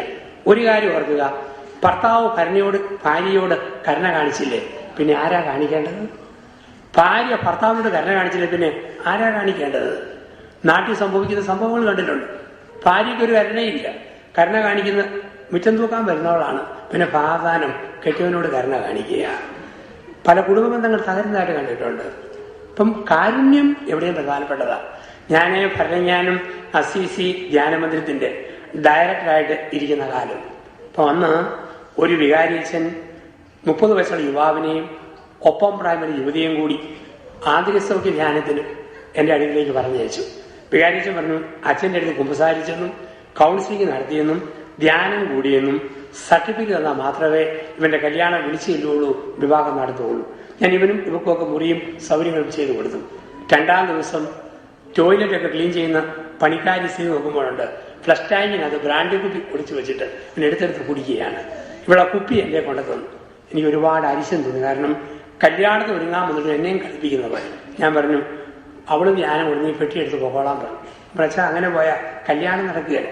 ഞാൻ പറഞ്ഞു, 2 ദിവസം എന്നെ വിശ്വസിക്കാതെ വഞ്ചിക്കുന്ന നീ ഒരു പെണ്ണിനെ വഞ്ചിക്കുക, എനിക്ക് എന്നെ ഉറപ്പ്. എന്റെ മനസ്സാക്ഷിയിൽ കല്യാണം കെട്ടാൻ യോഗ്യത ഇടാൻ സർട്ടിഫിക്കറ്റ് ഇടാൻ എനിക്ക് പറ്റുകയില്ല. അത് എന്നെ സ്വയം വഞ്ചിക്കുന്നതിന് തുല്യമാണ്. നമ്മൾ അച്ഛാ നാട്ടുകാരറിയും, നമ്മൾ എല്ലാവരും അറിയട്ടെ, നീ ഓർക്കണമായിരുന്നു. അവൻ കരഞ്ഞുകൊണ്ട് എന്റെ കാലേ വീണ്ടു പറഞ്ഞു, അച്ഛനെങ്കിലും കരുണ കാണിച്ചില്ല പിന്നെ ആരുടെ അടുക്കല അച്ഛ ഞാൻ പോകേണ്ടത്? എന്റെ സകലമായ ആഫീസും പൂട്ടിപ്പോയി. ആ ചോദ്യത്തിൽ ഞാൻ പറഞ്ഞു, നീ കയറിപ്പോ. കരുണ കാണിക്കേണ്ട അവസരമുണ്ട് കുടുംബത്തിൽ, ജീവിതത്തില്. ഹൈന്ദവ ഇതിഹാസത്തിനും രാമൻ വനവാസത്തിന് പോകുമ്പോൾ ഒരു മരത്തിന്റെ ചൂടി ചെന്നപ്പം ഉറക്കം. രാമൻ കയ്യിലുള്ള മൂർച്ചയുള്ള അമ്പ് മരത്തിന്റെ പോത്തിൽ കുത്തിവെച്ചിട്ട് 2 മണിക്കൂർ കിടന്നുറങ്ങി. പിന്നീട് രാമൻ ഉറക്കം മണിക്ക് എഴുന്നേറ്റപ്പോൾ അമ്പ് മരത്തിന്റെ പോത്തിൽ നിന്ന് വലിച്ചൂരി കൈ പിടിച്ചു. വലിച്ചൂരുമ്പോഴ കാണുക അമ്പിന്റെ മൊന ഒരു തവളക്കുഞ്ഞിന്റെ വായില കുത്തിവെച്ചിരുന്നത്. തവളക്കുഞ്ഞ് വലിയ വായില കാറുന്നു. രാമൻ പറഞ്ഞു, തവളക്കുഞ്ഞെ നിന്റെ വായില ഞാൻ അമ്പ് കുത്തി കയറ്റിയെന്ന് പറഞ്ഞിരുന്നെങ്കിൽ ഞാൻ ശ്രദ്ധിക്കുകയില്ലായിരുന്നു. പിന്നെ തവളക്കുഞ്ഞ് പറഞ്ഞു, എന്റെ രാമ, എന്റെ കുട്ടിക്കാലത്ത് എന്റെ അമ്മയായ വലിയ തവള എന്നോട് പറഞ്ഞിട്ടുണ്ട്, കുഞ്ഞെ നിനക്കൊരു അപകടം വരുമ്പം രാമാന്ന് നീ വിളിച്ചാൽ മതി. ആ രാമൻ നിന്നെ രക്ഷിക്കും. ആ രാമൻ തന്നെ എന്റെ വായിൽ അമ്പ് കുത്തി കയറ്റിയാൽ പിന്നെ ഏത് ബലരാമനെയാ ഞാൻ വിളിക്കേണ്ടത്? കരുണ കാണിക്കേണ്ട ഭർത്താവ് കരുണയോടെ പ്രവർത്തിച്ചില്ലെങ്കിൽ ഭാര്യ എവിടെ കരുണ അനുഭവിക്കും? കരുണ കാണിക്കേണ്ട ഭാര്യ കരുണ കാണിച്ചില്ലെങ്കിൽ ഭർത്താവോടെ കരുണ കാണിക്കും. പലപ്പോഴും കുടുംബ കൗൺസിലിംഗ് വരുന്ന ഒരു പ്രധാനപ്പെട്ട കേസാണിത്. പരസ്പര ബഹുമാനമില്ല. ഒരു വില പോലും ഭർത്താവിന് കൊടുക്കുന്നില്ല. ഒരു വിലയും ഭാര്യയും, പ്രത്യേകിച്ച് വിദേശങ്ങളിലെ കേസുകളാണ് കൂടുതലും. എത്രയോ കേസുകൾ. 2000 ആണ്ടിൽ കേരളത്തിലെ കുടുംബ കോടതികളിൽ 4600 വിവാഹമോചന കേസുകൾ. 2000 ആണ്ടിൽ 2015 ഡിസംബർ 31 കേരളത്തിലെ കുടുംബ കോടതികളിൽ 1,06,000 വിവാഹമോചന കേസുകളുണ്ടെന്ന് കുടുംബ കോടതിയുടെ കണക്കാണിത്. യഥാർത്ഥ കുടുംബ കോടതി വന്നിരിക്കുന്ന കേസുകളാണ്. ഞാൻ കഴിഞ്ഞ ഒരു 3 വർഷം മുമ്പ് കൊല്ലം ജില്ലാ ജഡ്ജിയായ രാജൻ സാർ ഹൈക്കോടതി ജഡ്ജിയായിട്ട് പോയപ്പോൾ എന്നെയാണ് യാത്രയെ സംബന്ധിച്ച് പ്രസംഗിക്കാൻ അവിടുന്ന് അഡ്വക്കേറ്റ്മാർ വിളിച്ചിരുന്നു, എന്റെ കൂട്ടുകാരന്മാര്. അതിന്റെ അവസാനം അദ്ദേഹം പറഞ്ഞു, 2012 ആണ്ട് ഡിസംബർ 31 കൊല്ലം ജില്ലയിലെ കുടുംബ കോടതി കേസ് നോക്കുമ്പോൾ കരുനാഗപ്പള്ളി താലൂക്കിൽ 607 ഡൈവോഴ്സ് കേസുകൾ ഫയൽ ചെയ്യപ്പെട്ടു എന്നാണ് അദ്ദേഹം പറയുന്ന കണക്ക്. ഏറ്റവും കൂടുതൽ വിവാഹമോചന കേസുള്ളത് 46 ലക്ഷം മുസ്ലിങ്ങൾ താമസിക്കുന്ന മലപ്പുറം ജില്ലയിലല്ല, 12 ലക്ഷത്തോളം ആൾക്കാർ താമസിക്കുന്ന പത്തനംതിട്ട ജില്ലയിലാണ് ഇന്ന് 9,000-ലധികം വിവാഹമോചന കേസുകൾ. മഹാഭൂരിപക്ഷവും അമേരിക്ക, യൂറോപ്പ്, ഓസ്ട്രേലിയ, ന്യൂസിലൻഡ് ആ രാജ്യങ്ങളിൽ നിന്നുള്ള പരാതികളുമാണ് മഹാഭൂരിപക്ഷവും. ഒരു ഭീതിജനകമായ ഒരു കണക്കാണ് കേരളത്തിലെ കുടുംബ കോടതികൾ കാണിക്കുക. അമേരിക്കയിൽ നിന്നും മറ്റും ഈ വിവാഹമോചന കേസ് കുറച്ച് കുറവുണ്ടായിരുന്ന കാലം റിസഷന്റെ കാലഘട്ടത്തിലായിരുന്നു. അന്ന് ആശ്രയിക്കാതെ പറ്റിയില്ല. പല ആണുങ്ങളുടെയും പണി പോയി നേഴ്സായ ഭാര്യയെ ആശ്രയിച്ച് ജീവിച്ച ആണുങ്ങളല്ലായിരുന്നു മിഷിഗൺ പ്രദേശത്തും മറ്റുമൊക്കെയായിട്ട് മോട്ടോർ സിറ്റികളില്. അപ്പൊ അന്ന് ഇത്രയും പേർ വീണ്ടും കാശ് കൂടുമ്പോൾ ഈ ഇഷ്യൂസ് വീണ്ടും ഉയർന്നു വരും. എവിടെയോ ഒരു അടിസ്ഥാനപരം എന്തോന്ന് ചെയ്യുന്നു എന്നാണ് സൂചിപ്പിച്ചു വരിക. പലരും പറയുന്നത് എന്റെ ഭാര്യ എന്നെ ബഹുമാനിക്കുന്നില്ല, എന്റെ ഭർത്താവ് എന്നെ അംഗീകരിക്കുന്നില്ല. കരുണയില്ലാത്ത വാക്കുകളും പരുഷമായ വകപ്രയോഗങ്ങളും തകർക്കുന്ന കുടുംബങ്ങൾ. അവിടെയാണ് പറയുക കാരുണ്യത്തിന്റെ ദാമ്പത്യം. 1 സ്നേഹത്തിന്റെ, 2 വിശ്വാസത്തിന്റെ, 3 കരുണയുടെ ദാമ്പത്യം, 4 പ്രാർത്ഥനയുടെ ദാമ്പത്യം. കുടുംബജീവിതത്തിൽ ഒരുമിച്ച് പ്രാർത്ഥിക്കുന്ന ദമ്പതിമാരാകണം. ഒന്നിച്ചിരുന്ന് പ്രാർത്ഥിക്കണം. ഭർത്താവും ഭാര്യയും മക്കളും കൂടി ഒരുമിച്ചിരുന്ന് പ്രാർത്ഥിക്കുന്ന ഒരു കുടുംബാന്തരീക്ഷം ഉണ്ടാകണം. ഒന്നിച്ചുള്ളപ്പോൾ ഒരുമിച്ചൊരു പ്രാർത്ഥന, പ്രത്യേകിച്ച് രാത്രി 7-നും 9-നും ഇടയിൽ ഒന്നിച്ചുള്ളപ്പോൾ ഒരു പ്രാർത്ഥനാ സമയം. 9 കഴിഞ്ഞാൽ ഉറക്കം, 7-ന് മുമ്പ് ഒരുപാട് ജോലി. ഒന്നിച്ച് പ്രാർത്ഥിക്കുന്നു, ഒരുമിച്ച് നിലനിൽക്കുന്നു. നമ്മുടെയൊക്കെ പഴയകാല അമ്മച്ചിമാര് നമുക്ക് തന്നത് ഈ പ്രാർത്ഥനയാണ്. പ്രാർത്ഥനയുടെ അരൂപിയാണ് പഴയകാല അമ്മച്ചിമാർ തന്നത്. അവർക്ക് എന്നാണുള്ളത്? സ്വന്തമായിട്ട് തരാൻ സ്വത്തുണ്ടോ, പണമുണ്ടോ? ഒന്നുമില്ല. മോളെ ദൈവം നിന്നെ നോക്കണം, മോനെ തമ്പുരാൻ നിന്നെ കാത്തോളും. പ്രാർത്ഥിച്ചു, വിശ്വസിച്ചു. ഇത് ഞാൻ പഠിച്ചത് എന്റെ അമ്മയിൽ നിന്നാണ്. എന്റെ കുട്ടിക്കാലത്ത് അയൽപക്കത്തെ ചേട്ടൻ ഞങ്ങളുടെ വീടിന്റെ അക്കരപ്പറമ്പിൽ നിന്നും ഒരു വലിയ വല്ലക്കൂട്ടം നിറയെ നേന്ത്രക്ക, വിവിധ ഇനം മാങ്ങ കുട്ടിയെ ചുമന്നുകൊണ്ട് പോകുമ്പോൾ ഞാൻ മെറ്റെടുത്ത് നോക്കും. അതിൽ 5-6 കിട്ടിയിരുന്നെങ്കിൽ പഠിപ്പിച്ച് തിന്നാവായിരുന്നു. അമ്മ എന്നെ പിടിച്ച് വീടിന്റെ വരാന്തയിൽ കിട്ടും. ഭിത്തിയിൽ ഗീവർഗീസ് പുണ്യവാളന്റെ ഒരു പഴയ രൂപമാണ്. എന്നോട് മാറോടിയൊക്കെ അമ്മ പറയാതെ, മോനെങ്ങനെ നോക്കി നിന്നാൽ അമ്മയ്ക്ക് നാണക്കേടാ, മോൻ പ്രാർത്ഥിച്ചാൽ മതി, വളർന്നു വരുമ്പം തമ്പുരാൻ തരും. അമ്മ പ്രാർത്ഥിക്കുന്ന അമ്മയാ, വിശ്വസിക്കുന്ന അമ്മയാ. അമ്മ വാഴ നട്ടിട്ടില്ല, മാവ് വെച്ചിട്ടുമില്ല. അമ്മയുടെ ഫിക്സഡ് ഡിപ്പോസിറ്റ് ദൈവം തമ്പുരാന്റെ ലോകവാഹികയിലാണ്. ഇനി ഞാൻ പുറകോട്ട് നോക്കുമ്പോൾ 4 പതിറ്റാണ്ട് മുമ്പ് പ്രാർത്ഥിക്കുന്ന നിരക്ഷരയായ അമ്മ പറഞ്ഞ വാക്ക് എത്ര കൃത്യമായിട്ട് ഞാൻ അനുഭവിക്കുക. ലോകം മുഴുവൻ പറന്നു നടന്നു. ഞാൻ നടാത്ത എത്ര മാവിന്റെ മാങ്ങായ ഞാൻ പൂളി തിന്നുന്നത്, ഞാൻ വെക്കാത്ത എത്ര വാഴയുടെ വാഴയ്ക്കായ തൊലി പൊടിച്ച് അടിച്ചകത്തോട്ട് കയറ്റുമ്പോൾ പണ്ട് അമ്മ പറഞ്ഞ വാക്ക്, മുൻ പ്രാർത്ഥിച്ചാൽ മതി തമ്പുരാൻ തരും. തമ്പുരാൻ പോലും ഓർത്തിരി അച്ഛൻ ഒറ്റയിരിപ്പിന് ഇത്ര ഏത്തയ്ക്കാതില്ല എങ്കിൽ അമ്മയ്ക്കറിയായിരുന്നു പ്രാർത്ഥിച്ചാൽ മതി തമ്പുരാൻ തരും. ഇപ്പം പ്രാർത്ഥനയുടെ ദാമ്പത്യം അപ്പനും അമ്മ ഒരുമിച്ച് പ്രാർത്ഥിക്കണം, ദമ്പതികൾ ഒരുമിച്ച് പ്രാർത്ഥിക്കണം. പ്രാർത്ഥിക്കുന്ന കുടുംബത്തിൽ ദൈവത്തിന്റെ ഇടപെടലുണ്ട്, അത്ഭുതങ്ങൾ നടക്കും. ഇന്ന് പ്രാർത്ഥനാന്തരീക്ഷമൊക്കെ മങ്ങുന്ന ഒരു ലോകത്തിലാണ് നമ്മൾ ജീവിക്കുക. ചെറുപ്പക്കാരി പെണ്ണുങ്ങൾക്ക് സ്വദേശത്തും വിദേശത്തും ഒക്കെ കാണാം സീരിയൽ ഭ്രമമുള്ള കുടുംബങ്ങൾ. ചില കുടുംബങ്ങൾ സീരിയൽ ഭ്രമം അങ്ങേയറ്റമായി പോകുന്ന കുടുംബങ്ങളെ കാണാം. ഒരു ഭർത്താവ് എൻ്റെ അച്ഛ, എൻ്റെ ഭാര്യ TV കാണാൻ വരുന്നത് വടക്കൻ വീരഗാഥയിലെ പോലെയാണ്. തറക്കിട്ട് അവർ കയറ്റി കൊടുത്ത് സോപ്പ് തേച്ച് ദേഹം പതിച്ച് നനച്ച് അവൾ TV മുമ്പിൽ വന്നിരിക്കും. അതെന്താ അച്ഛ, പരസ്യം വരുമ്പം വെള്ളമൊഴിക്കാൻ പോയാൽ മതിയല്ലോ, അത്രയും സമയം ലാഭിക്കാൻ വേണ്ടിയിട്ടാണ്. ചില പെണ്ണുങ്ങളെ കാണാം തലമുടി കാച്ചിയാവുന്നത് പൊക്കിക്കെട്ടി അതിനകത്ത് ഞണ്ട്, തേള്, പഴുതാര, ആമ, വെറുകൊള്ളി, കൊടക്കമ്പി, ഇരിപ്പൂട് ഇതും കുത്തി കയറ്റി നെഞ്ചിന് കുറുകെ ഒരു ടർക്കിറ്റേവൽ വിട്ട് ഒറ്റ ഇരിപ്പുണ്ട്. കാരണം സന്ധ്യ മുതൽ ഒരുപാട് കണ്ണുനീര് വീട് കുതിരാനുള്ള നെഞ്ചാണിത്.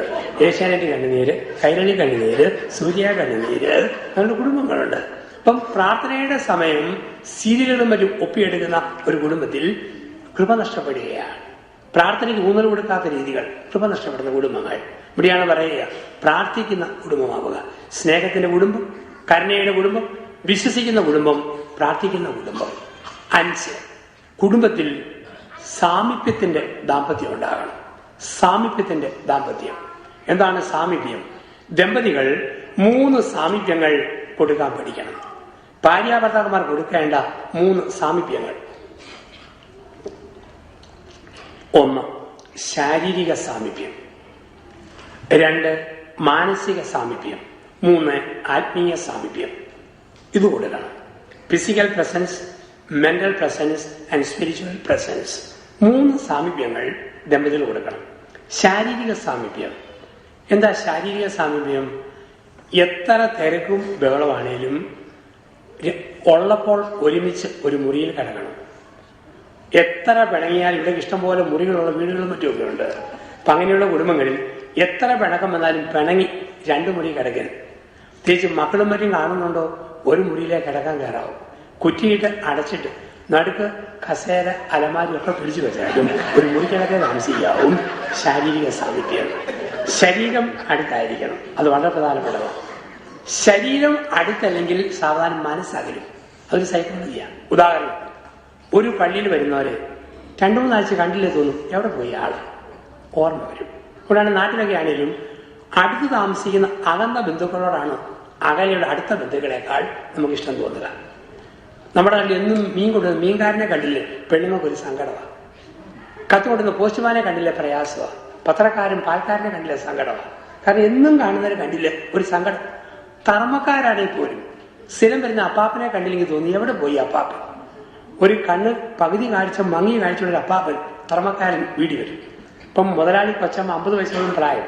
ഈ കൊച്ചമ്മ എല്ലാ ശനിയാഴ്ച 20 രൂപ ഈ തർമ്മക്കാരന് കൊടുക്കും. പിന്നെ 3 മാസം കണ്ടില്ല, മരിച്ചോ ഉണ്ടോ ഇല്ലയോ തർമ്മക്കാരനെ എവിടെ പോയി അന്വേഷിക്കാനാ. ഒരു ദിവസം കൊച്ചമ്മ സോപ്പ് തേച്ച് തറക്കിട്ടവന് ഇങ്ങനെ കുളിക്കുമ്പോൾ ഒരു മണിയടി. ഗ്ലാസ്സിലൂടെ നോക്കിയപ്പം തർമ്മക്കാരൻ അപ്പാപ്പം വന്നിരിക്കുന്നു. 3 മാസം കൂടി. ഈ കൊച്ചമ്മയ്ക്ക് സന്തോഷമായി. ഈ കണ്ണെന്ന് ഞാൻ കാണുകയല്ലോ. 50 രൂപ കൊടുത്തേക്കാന്ന് പറഞ്ഞ് എടുത്തുകൊണ്ട് ഓടിക്കൊണ്ട് കൊടുത്തിട്ട് ചോദിച്ചു, ഓ അപ്പാപ്പൻ മരിച്ചു പോയെന്ന് ഓർത്ത്. എവിടെയായിരുന്നു ഈ 3 മാസം? എന്റെ കൊച്ചമ്മ കണ്ണ് ഓപ്പറേഷൻ ആയിരുന്നു, ബുധനാഴ്ചയാണ് കാഴ്ച കിട്ടിയത്.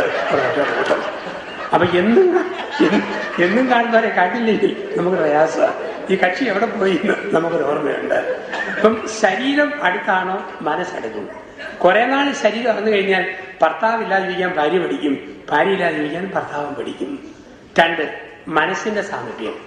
കല്യാണം കഴിഞ്ഞ ഭാര്യാഭർത്താക്കന്മാരുടെ മനസ്സ് വടക്ക് നോക്കിയത്രത്തിൽ സൂചി വടക്കോട്ട് തിരിയുന്ന പോലെ ഭർത്താവിന്റെ മനസ്സ് ഭാര്യയിലേക്ക് തിരിയണം, ഭാര്യയുടെ മനസ്സ് ഭർത്താവിലേക്ക് തിരിയണം. ഈ ഭർത്താവിന്റെ മനസ്സിൽ എപ്പോഴും ഓർക്കുക, ഭാര്യയെ ഭർത്താവ് മനസ്സിൽ ഓർക്കുക. മാനസിക സാമീപ്യം. ഇതിന് വ്യത്യാസം ഓർക്കുക. ഒരു ഉദാഹരണം, നാട്ടിൽ ഒരു കുട്ടിക്ക് ഓക്കാനും മനംപുരട്ടില് പനി. മെഡിക്കൽ കോളേജിൽ കൊണ്ടു. ഡോക്ടർ പറഞ്ഞു ആരും കൂടെ വേണ്ട, ഞാനും നേഴ്സുമാരും കൂടെ ഈ കുഞ്ഞിനെ നോക്കിക്കോളാം. കാഷ്വാലിറ്റിയിൽ കുഞ്ഞിനെ കിടത്തി. മനസ്സില്ലാ മനസ്സോടെ അമ്മ വീട്ടിൽ ചെന്ന് അമ്മ ചോറ് വാർക്കുമ്പോഴും തുണി പിഴിയുമ്പോഴും കരി ഒലത്തുമ്പോഴും അമ്മയുടെ മനസ്സിൽ കാഷ്വാലിറ്റിയിലെ കുഞ്ഞിന്റെ മുഖം. ഇതാണ് മാനസിക സാമീപ്യം. ആശുപത്രിയിലെ നേഴ്സോ കുഞ്ഞിന്റെ അടുക്കലിരിക്കുന്നു, ഗ്ലൂക്കോസ് വെയിനിൽ കയറുന്നു നോക്കുന്നു, ഇടയ്ക്കിടയ്ക്ക് അതിന്റെ ട്യൂബെ പിടിച്ച് ഞെക്കുന്നു, ഗ്ലൂക്കോസ് കയറുന്നു, ഊറിച്ചിരിക്കുന്നു എന്ന് ഓർത്തുകൊണ്ടിരിക്കുന്നു. അവൾ ഊറിച്ചിരിക്കുന്നത് കുഞ്ഞിന്റെ വെയിനിൽ ഗ്ലൂക്കോസ് എന്ന് കണ്ടിട്ടല്ല. അവൾ പ്രൈവറ്റ് ബസ്സിൽ ആശുപത്രിയുടെ വാതിൽ ഇറങ്ങിയപ്പം ബസ്സിലെ കിളി അവളുടെ കിള്ളിയിട്ട് പോയ ഇക്കിളിയായിട്ട് അവൾ ഇരിക്കുകയാണ്. ശരീരം അടുത്താണ്, മനസ്സ് ദൂരെയാണ്.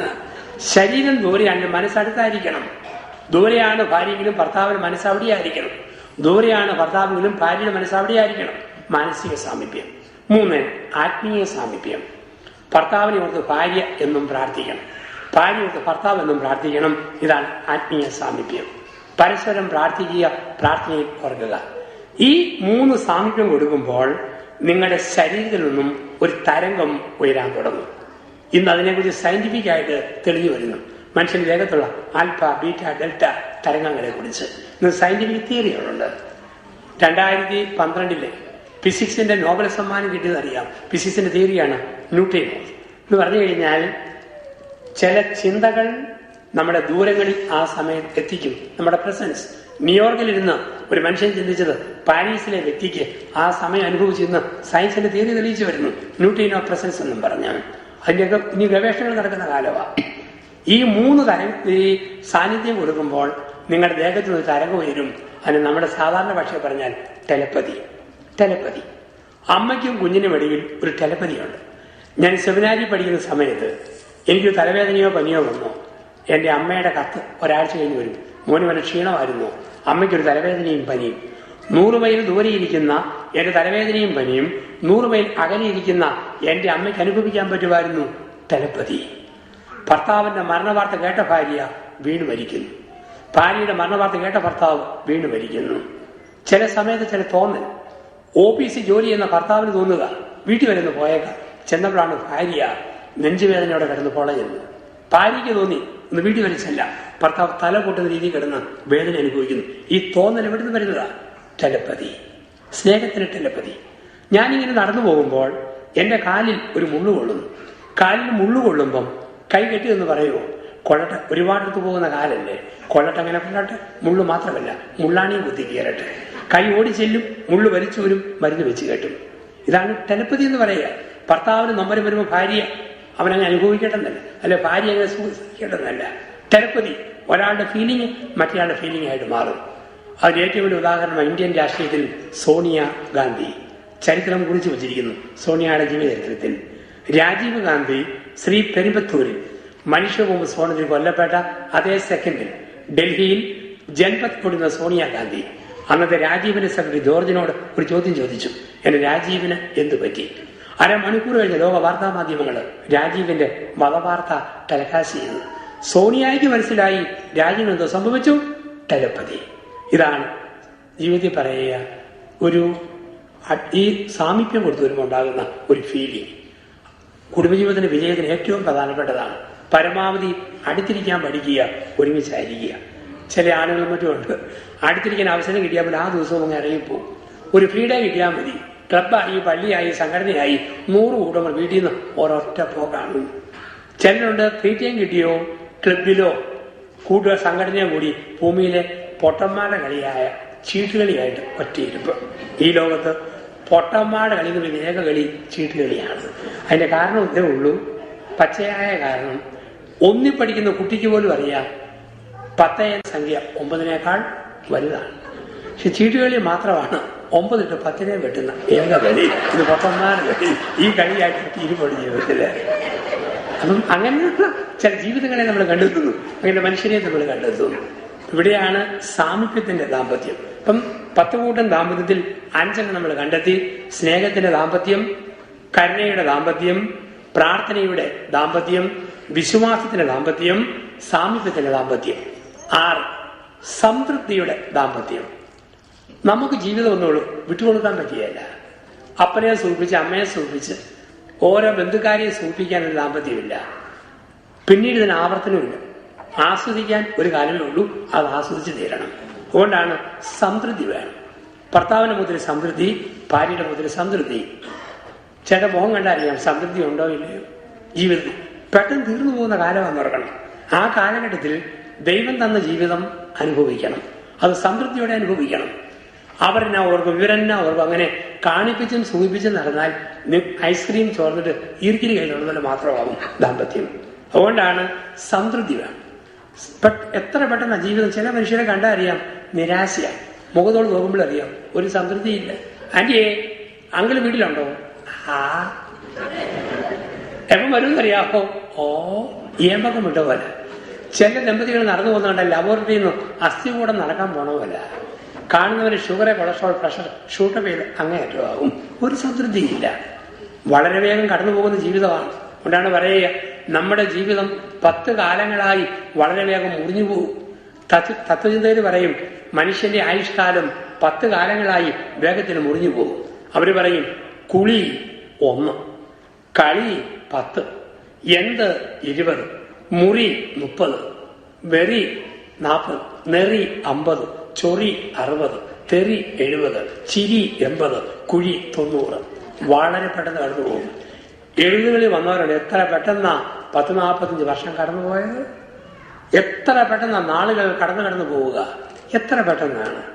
കുളി 1, 1 വയസ്സ് മുതൽ 10 വയസ്സ് വരെ കുഞ്ഞുങ്ങൾക്ക് ഏറ്റവും ഇഷ്ടം കുളിച്ചുകൊണ്ടിരിക്കുക. ഏത് വെള്ളം കിട്ടിയാലും കോരി കുളിക്കുക. കലക്കവെള്ളം, കഞ്ഞിവെള്ളം, കാടിവെള്ളം, ഓസിലെ വെള്ളം, ഓടയിലെ വെള്ളം, ടാപ്പിലെ വെള്ളം, എന്ത് കിട്ടിയാലും കോരി കുളിക്കുക. വരെ സോപ്പ് തേച്ച് പതയ്ക്കുക. ചില കൊച്ചുപിള്ളേരെ കാണാൻ വരെ ഒരു സാമ്പിൾ സോപ്പ് തീരുന്നവരെ വയറെ പതച്ചുകൊണ്ട് നിൽക്കും. ഈ ഭൂമിയിൽ സ്വർഗത്തിന്റെ മുന്നാസ്വാദനം വയറെ സോപ്പ് തേക്കുമ്പോഴാണ്. ഇന്ത്യയിൽ പറയാറുണ്ട്, ഇന്ത്യയിൽ മൊത്തം സ്വസ്ഥത വേണോ, മധ്യപ്രദേശിൽ സമാധാനം വേണം എന്നാണ് പറയുക. മുതിർന്ന ആൾക്കാർ ഏറ്റവും ആസ്വദിച്ച് പാട്ട് പാടുന്നത് ഷവറിന് കീഴിൽ നിന്ന് വയറെ സോപ്പ് തേക്കുമ്പോഴാണ്. മൂളിപ്പാട്ടുകൾ മസ്ത് മസ്തി, മുസ്തഫ മുസ്തഫ, മന്മത റാസ ഇവിടെ തിരിഞ്ഞുകൊണ്ടാണ്. കുളി 1. കളി 10 വയസ്സായോ കളിക്കാനോട്ടോ. കുടുകുടു, കുറ്റിപ്പന്ത്, ഫുട്ബോൾ, സോച്ചർ, റഗ്ബി, കളിയോട് കളി. ഇപ്പം കുളി 1, കളി 10, എന്ത് 20. ആയുസിന്റെ സ്പീഡാണ് ഞാൻ പറയുക. എന്ത് 20 കളി ചോദ്യം ചെയ്യും. എന്നാ പള്ളി, എന്നാ പട്ടക്കാരൻ, എന്നാ കൂതാശയാ, എന്നാ കൺവെൻഷനാ, എന്തോ ധ്യാനമാ, എന്തോ പ്രാർത്ഥനയാ. ചില പള്ളികളിൽ ചെല്ലുമ്പം ചെറുപ്പക്കാരാമ്പിള്ളേർ പള്ളിയിൽ പുറത്തുള്ള മതിലേലിരിക്കും. ഞാൻ വടക്ക് പറയും, കയറിപ്പെടാവത്തോട്ട് ഓർഡർ വരച്ച വടക്ക് പറയില്ല. പള്ളിക്കകത്ത് കയറി ചെന്നാൽ വികാരിയച്ഛന്റെ ഉണക്ക കുർബാന. ഇവിടെ ഇരിക്കുകയാണെങ്കിൽ ജീവിക്കുന്ന കുർബാനകൾ നടന്നു പോകുന്ന കാണാം. ഞങ്ങൾ കണ്ടുകൊണ്ടിരിക്കുകയാണ്. എന്ത് 20. മുറി 30 വയസ്സായോ വെട്ടൊന്ന്, മുറി 2.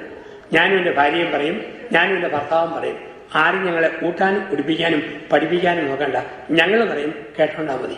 മുറി 30. നെറി 40, നെറിവ്. നേരിനെ കുറിച്ചുള്ള അറിവ് 40കളിലാണ്. 40 കഴിയുമ്പോൾ നേരത്തിന്റെ ഇളക്കം കുറയും, രക്തത്തിന്റെ തിളപ്പ് കുറയും. ഭാര്യ ഭർത്താവിനെ അമക്കും, ഭർത്താവ് ഭാര്യയെ ഒതുക്കും, മക്കൾ മാതാപിതാക്കൾ ഇരുത്തും. ഒരു വീണ്ടും വിചാരം വരുന്നു. നെറി 40. വെറി 50, വെറിവ്. വിവരം വെക്കുന്നത് 50 വയസ്സാകുമ്പോഴാണ്. 50 പേർക്ക് ദൈവമേ ആയുസിന്റെ പകുതി കഴിയും, ഇത്രയും കാലം ഇല്ലല്ലോ, ഉള്ള കാലം മര്യാദയ്ക്ക് ജീവിച്ചേക്കാം, ഒരു വീണ്ടും വിചാരം. വെറി 50. ചൊറി 60. 60 കഴിയുമ്പോഴാണ് കാരണന്മാര് ഒരു കാര്യമില്ലാതെ മക്കളുടെ മക്കളോടും ചൊറിഞ്ഞ വർത്താനം പറയാൻ തുടങ്ങും. ഇത് മേടിച്ചോണ്ട് വരുമ്പോൾ ഓർത്തേക്കല്ലോ ഇവിടെ പറഞ്ഞു പോയെന്ന്. അപ്പം ആവശ്യമില്ലാത്ത വർത്തമാനം പറിച്ചു 60 കഴിയുമ്പം ചൊറി 60.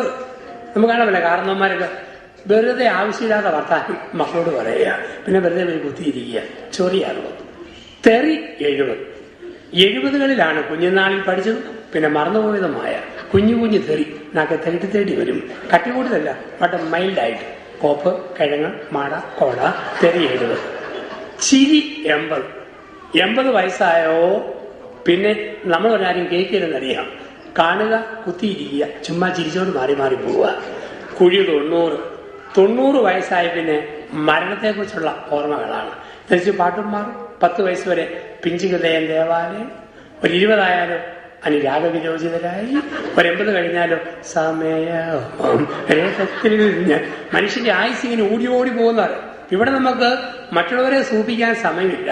കിട്ടിയ ദാമ്പത്യം സംതൃപ്തിയോടെ ജീവിച്ചു തീർക്കണം. ഒരാഴ്ച ഉള്ളൂ ആ കിട്ടിയത് തൃപ്തിയോടെ ജീവിക്കുക. അങ്ങനെ സംതൃപ്തിയോടെ ജീവിക്കണോ? ഓരോ രാത്രി ഉറങ്ങാൻ പോകുമ്പം ഒരുമിച്ച് വീട്ടിലുണ്ടോ അന്നത്തെ കാര്യം പറഞ്ഞു തീർക്കണം. കെട്ടിയവനോട് ചെറിയ പിണക്കം വന്നോ ഉറങ്ങാൻ പോകുന്നതിന് മുമ്പ് പറഞ്ഞു തീർക്കണം. പിന്നെ പറയാമെന്നുള്ളത് വെച്ച് കഴിഞ്ഞാൽ മനസ്സകന്നു പോകും. ഭാര്യയോട് ഭർത്താവും പറഞ്ഞു തീർക്കണം, ഭർത്താവിന്റെ ഭാര്യയും പറഞ്ഞു തീർക്കണം. അങ്ങനെ പറഞ്ഞില്ലേ പിന്നീട് ഒരു പ്രശ്നം ഉണ്ടാവും. Easy to best out the slightest provocation. അതാണ് അതിന്റെ പ്രതികരണം. ചെറിയ പ്രകോപനത്തിൽ പെട്ടെന്ന് പൊട്ടിത്തെറിക്കും ഈ വികാരങ്ങളുള്ളിൽ ഒതുക്കി വെച്ചാൽ. അതുകൊണ്ടാണ് ചില പെണ്ണുങ്ങൾ ചില കൊച്ചു കാര്യം വരുമ്പം വല്ലാതെ ചൂടാവും. കെട്ടിയാൻ ചോദിക്കും, ഇത്രയും കുഞ്ഞുകാര്യം എന്തിനാടി ഇതുപോലെ ചൂടാകുന്നത്? കുഞ്ഞുകാര്യമല്ല, ഒരുപാട് കാര്യങ്ങളുടെ ജില്ലാ സമ്മേളനം ഇവിടെ കിടപ്പുണ്ട്. ഒരെണ്ണം വരുമ്പം മൊത്തം അങ്ങ് കുടഞ്ഞിടുന്നതാണ്. ഒരു പള്ളിയിൽ ധ്യാനിപ്പിക്കാൻ വികാരിച്ചൻ പറഞ്ഞു, ഒരു ഭർത്താവും ഭാര്യയും കൂടെ പിണക്കം. അച്ഛൻ അവരെ തമ്മിലൊന്ന് ഇണക്കിയിട്ട് പോകണം. ഞാൻ ചോദിച്ചു, എന്നാ പ്രശ്നം? ഭർത്താവിന് പേര് ടോമിച്ചൻ, വയസ്സ് 32, ഭാര്യ ടെസി, വയസ്സ് 30. ചെന്നാ പ്രശ്നം? ടെസി പറഞ്ഞു, എന്റെ കെട്ടിയവനെ കാണുമ്പോൾ എനിക്ക് ഓക്കാനിക്കാൻ വരുന്നു, അതാ പ്രശ്നം. 2 കാര്യങ്ങൾ എന്റെ ഭർത്താവിനെ കൊണ്ട് അച്ഛൻ തിരിച്ചിരിക്കണം. 1, സന്ധ്യമണി അടിക്കുമ്പം വീട്ടിൽ വരണം. 2, കുടിച്ചിട്ട് വന്ന് ദേഹം പങ്കുവെക്കാൻ നിർബന്ധിക്കരുതെന്ന് പറയണം. ഒരു സ്ത്രീയുടെ മാന്യമായ 2 ആവശ്യങ്ങൾ. ഞാൻ രോമിച്ച ടെസി ഈ 2 കാര്യങ്ങളാ പറയുന്നത്. രോമിച്ചപ്പൻ അച്ഛാ തീർച്ചയായിട്ടും നാളെ മുതൽ 5 മണിക്ക് വന്നേക്കാം. കോപ്പയ്ക്കകത്ത് കഞ്ഞിവെള്ളം പോലും കുടിക്കാതിരുന്നേക്കാം. എനിക്കുമുണ്ട് നല്ല ഭർത്താവായി ഇനിയും മക്കളുടെ അപ്പനായി ജീവിക്കണമെന്ന് ആഗ്രഹമുണ്ട്. എന്നും കാണുന്ന വികാരിയച്ഛനോടൊക്കെ ഇത് പറയാൻ നാണക്കേടായതുകൊണ്ട് പറയാതിരിക്കുന്നതാ. നിങ്ങളെ ചിലപ്പോൾ ഒരിക്കലും ഇനി കാണേണ്ടി വരികയല്ലോ. അതുകൊണ്ട് ഉള്ള കാര്യം പറയാം. 2 കാര്യങ്ങൾ അച്ഛൻ ടെസിയെ കൂടും ചെയ്യിപ്പിക്കണം. എന്താ ചെയ്യിപ്പിക്കണം? അച്ഛൻ അവളോട് പറയണം, 1, ദൈവം തമ്പുരാനെ ഓർത്തു അവിടെ ഇട്ടിരിക്കുന്ന നൈറ്റി 15 ദിവസം ഒരിക്കലെങ്കിലും ഒന്ന് അലക്കാൻ പറയണം. 2, ശനിയാഴ്ചയെങ്കിലും നല്ല മണമുള്ള സോപ്പ് തേച്ച് ഒന്ന് കുളിക്കാൻ പറയണം.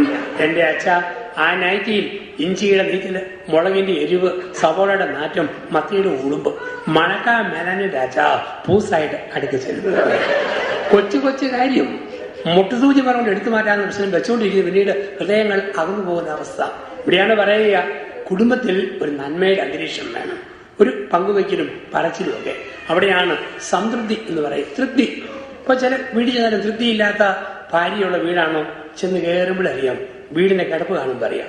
ചില വീടിന്റെ ഉഗ്രം വീടാ, മുഴുവൻ പൊടിയും പിടിച്ച് ഏതാണ്ടൊക്കെ വാരിക്കൊരു തോരണം പോലെ അയലും എടുത്തിട്ട് ഊട്ടുമുറി ചെന്ന് കഴിയുമ്പം മേശപ്പുറത്ത് ടാപ്പിന് കീഴെ എന്തോ കുതിരാനിട്ടിരിക്കുക. സന്ധ്യയായി പ്രഭാതമായി 5-ാം ദിവസം ഇനിയും കുതിർന്നു തീർന്നിട്ടില്ല. എല്ലാ ഗ്ലാസിലും മീന്റെ ഉളുമ്പ്, ഇറച്ചിവെള്ളത്തിന്റെ നാറ്റം. 2010-ലെയും 2011-ലെയും കലണ്ടർ ഒരു നാണമില്ലാതെ അതുപോലെ തൂങ്ങിക്കിടന്നു. ക്ലോക്ക് നിര്യാതനായിട്ട് ദിവസം വരത് കഴിഞ്ഞു. എപ്പം നോക്കിയാലും 2:10 സൂചി മുമ്പോട്ട് പോയിട്ടില്ല. ഒരു വീട്ടിൽ പ്രാർത്ഥിക്കാൻ വേണ്ടി ചെന്നു. ഓരോ മുറിയിൽ കയറി ഹോളി വാട്ടർ തളിച്ചു തെളിച്ച് ഞാൻ പ്രാർത്ഥിച്ചു പോവുക. അങ്ങനെ ചെല്ലുമ്പോൾ കീരത്തുണി, പീരത്തുണി, കൈക്കിലത്തുണി, കരിയിലത്തുണി, പഴത്തുണി ഇതെല്ലാം കട്ടിലേക്ക് കിടക്കുക. അച്ഛൻ കണ്ട മോശമല്ല എന്നും കണ്ട് കുടുംബനാഥം റോക്കറ്റ് പോലെ ഓടിയിട്ട് ബെഡ്ഷീറ്റ് ഇട്ട് മൂടി പോവുക. എനിക്ക് പൊക്കി ബ്ലസ് ചെയ്യാൻ പറ്റുമോ? അവസാനത്തെ മുറിച്ച് നോക്കുമ്പം എല്ലാം കൂടെ കൂമ്പാരം കൂടിയിട്ട് കുതിരപ്പുറം പോലെ ഇങ്ങനെ ഇരിപ്പുണ്ട്. ഞാൻ ചോദിച്ചു, ഇതെന്നാ പെങ്ങളെ മോട്ടോർ സൈക്കിൾ കട്ടിലേക്കേറ്റി മൂടി വെച്ചതാണ്? വൃത്തിയില്ല, മെനയില്ല. ഇപ്പൊ കുടുംബത്തിൽ ചിട്ടയും വൃത്തിയും മെനയുള്ള സ്ത്രീയാണോ? സംതൃപ്തിയുണ്ട്. ഒരു ക്രമമുള്ള ഭർത്താവാണോ? സംതൃപ്തിയുണ്ട്. അടുത്തിരിക്കണം, പറഞ്ഞു തീർക്കണം. ഇതെല്ലാം സംതൃപ്തിയുടെ പ്രധാനപ്പെട്ട ഭാഗങ്ങളാണ്. സംതൃപ്തി. വർത്തമാനം പറയണം. വർത്തമാനം പറഞ്ഞാലല്ലേ സംതൃപ്തി. ഒരു കാര്യം ഓർത്തോണം, സ്ത്രീ വർത്തമാനം പറഞ്ഞില്ലെങ്കിൽ പുരുഷൻ അകാലത്തിൽ വൃദ്ധനായിട്ട് മാറും. പെണ്ണുങ്ങൾക്ക് കെട്ടിയവൻ മിണ്ടിയില്ലെങ്കിലും പ്രശ്നമില്ല. കാരണം നിങ്ങൾക്ക് ഒറ്റയ്ക്ക് വർത്തമാനം പറയാൻ വകുപ്പുള്ളവരാണ്. ചില സ്ത്രീകൾ പകലെങ്ങാനും പറഞ്ഞില്ലേ രാത്രി കുടിശ്ശിയുള്ളത് ഉറക്കത്തിൽ കൂടെ കിടന്ന് പറഞ്ഞു കളയും. നാട്ടിലെ ചില ആന്റിമാരെ കാണാം, കെട്ടിയവനോട് മിണ്ടിയല്ല, വർത്താനം മുഴുവൻ കോഴിപ്പടയോടെ കോഴി ബാബാ എന്ന് വിളിച്ചുകൊണ്ട് ഒരു ഒറ്റ നിൽക്കുന്നതാണ്. സംതൃപ്തി വേണം. ഒരു സ്ത്രീ പറഞ്ഞാ, എനിക്ക് എന്നെ കെട്ടിയവനെ കാണുമ്പോൾ ഒരു തൊഴി കൊടുക്കാൻ തോന്നുന്നതാണ്. ഞാൻ അതിനായിട്ട് ചോദിച്ചു. ആദ്യ രാത്രിയിൽ ചൂടടിച്ച് പുതപ്പിനിടെ കുറെ നേരം ഒരുമി കിടന്ന് ഉറങ്ങാമെന്ന് കണ്ടപ്പം ഇത് ഞാൻ ചാടി എഴുന്നേറ്റ് ചോദിക്കുക, ഡെൻമാർക്കിന്റെ തലസ്ഥാനം ഏതാടിയിരുന്നു? ഇതെന്നെ അച്ഛ ഭൂമിശാസ്ത്രം പഠിക്കാനാണ് ഇയാളിനെ കെട്ടിക്കൊണ്ട് വന്നത്. അതിനകത്ത് ഞാൻ അങ്ങനെ ചോദിച്ചു. എന്റെ അച്ഛ വിവാഹത്തിൽ ഒരുക്കി അച്ഛൻ പറഞ്ഞായിരുന്നു, വിഷയങ്ങൾ തീരുമ്പോൾ മനഃപൂർവ്വം വിഷയങ്ങൾ ഉണ്ടാക്കി വർത്തമാനം പറയണം. ഒരു പുതിയ ജീവിതം ആരംഭിക്കല്ലേ, അവിടെ പൊതുവിജ്ഞാനം ടെസ്റ്റ് ചെയ്യാൻ വേണ്ടി ഇട്ട വിഷയം വെച്ചാൽ അത് കൂടി വിഷയമാകുമെന്ന് ഒരിക്കലും ഞാൻ ഓർത്തിരുന്നില്ല. അപ്പം പരസ്പരം മനസ്സിലാക്കണം, സംസാരത്തിൽ ഷെയറിങ്. ഇവിടെയാണ് പറയുക സംതൃപ്തിയുടെ ദാമ്പത്യം. സംതൃപ്തിയുടെ 7 സ്നേഹത്തിന്റെ ദാമ്പത്യം, സമാധാനത്തിന്റെ ദാമ്പത്യം. നമ്മുടെ സാമീപ്യത്തിന്റെ ദാമ്പത്യം, സംതൃപ്തിയുടെ ദാമ്പത്യം, സമാധാനത്തിന്റെ ദാമ്പത്യം. സമാധാന സ്ഥാപകർ ഭാഗ്യവാന്മാർ, അവർ ദൈവമക്കളെന്ന് വിളിക്കപ്പെടും. സമാധാന സ്ഥാപകർ ഭാഗ്യവാന്മാർ, അവർ ഭൂമി അവകാശമാകും. കുടുംബത്തിൽ ഭർത്താവിനെ നേടണോ സമാധാനം നശിപ്പിക്കാത്ത ഭാര്യ വേണം, ഭാര്യയെ നേടണം സമാധാനം നശിപ്പിക്കാത്ത ഭർത്താവ് വേണം. നമുക്കറിയാം ഇന്ന് സമാധാനം മറ്റും തകരുന്ന ലോകങ്ങൾ. എന്തിനു വേദനും മഴ പോലെ പരാതി പറയുന്ന ഭാര്യ സമാധാനം നശിപ്പിക്കും. എന്തിനു വേദനും ചുമ്മാ കുത്തുവാക്ക് വരുന്ന ഭർത്താവ്, ക്ഷിപ്രകോപിയായ ഭർത്താവ് സമാധാനം നശിപ്പിക്കും. കുടുംബത്തിൽ ഒരു സമാധാനം വേണോ? കണ്ടില്ല കേട്ടില്ല എന്ന് വെക്കാനും മൗനം പാലിക്കാനും ഇടയ്ക്കിടയ്ക്ക് ദമ്പതികൾ സ്വയം അഭ്യസിക്കേണ്ടിയിരിക്കുന്നു. സമാധാനം വളരെ പ്രധാനപ്പെട്ടതാണ്. ഭർത്താവിന്റെ അമ്മയോടും അപ്പനോടും പെങ്ങന്മാരോടോ സഹോദരന്മാരോടോ ഫോണിൽ സംസാരിക്കാൻ പോലും മനസ്സ് കാണിക്കുന്ന സ്ത്രീ കുടുംബം നശിപ്പിക്കുന്ന പിശാചാണ്, കുടുംബം നശിപ്പിക്കുന്നവളാണ്. ഒരു ഫോൺ വിളിക്കാൻ പോലും മടി, അതോടെ തീരുക ഭർത്താവിന്റെ സമാധാനം.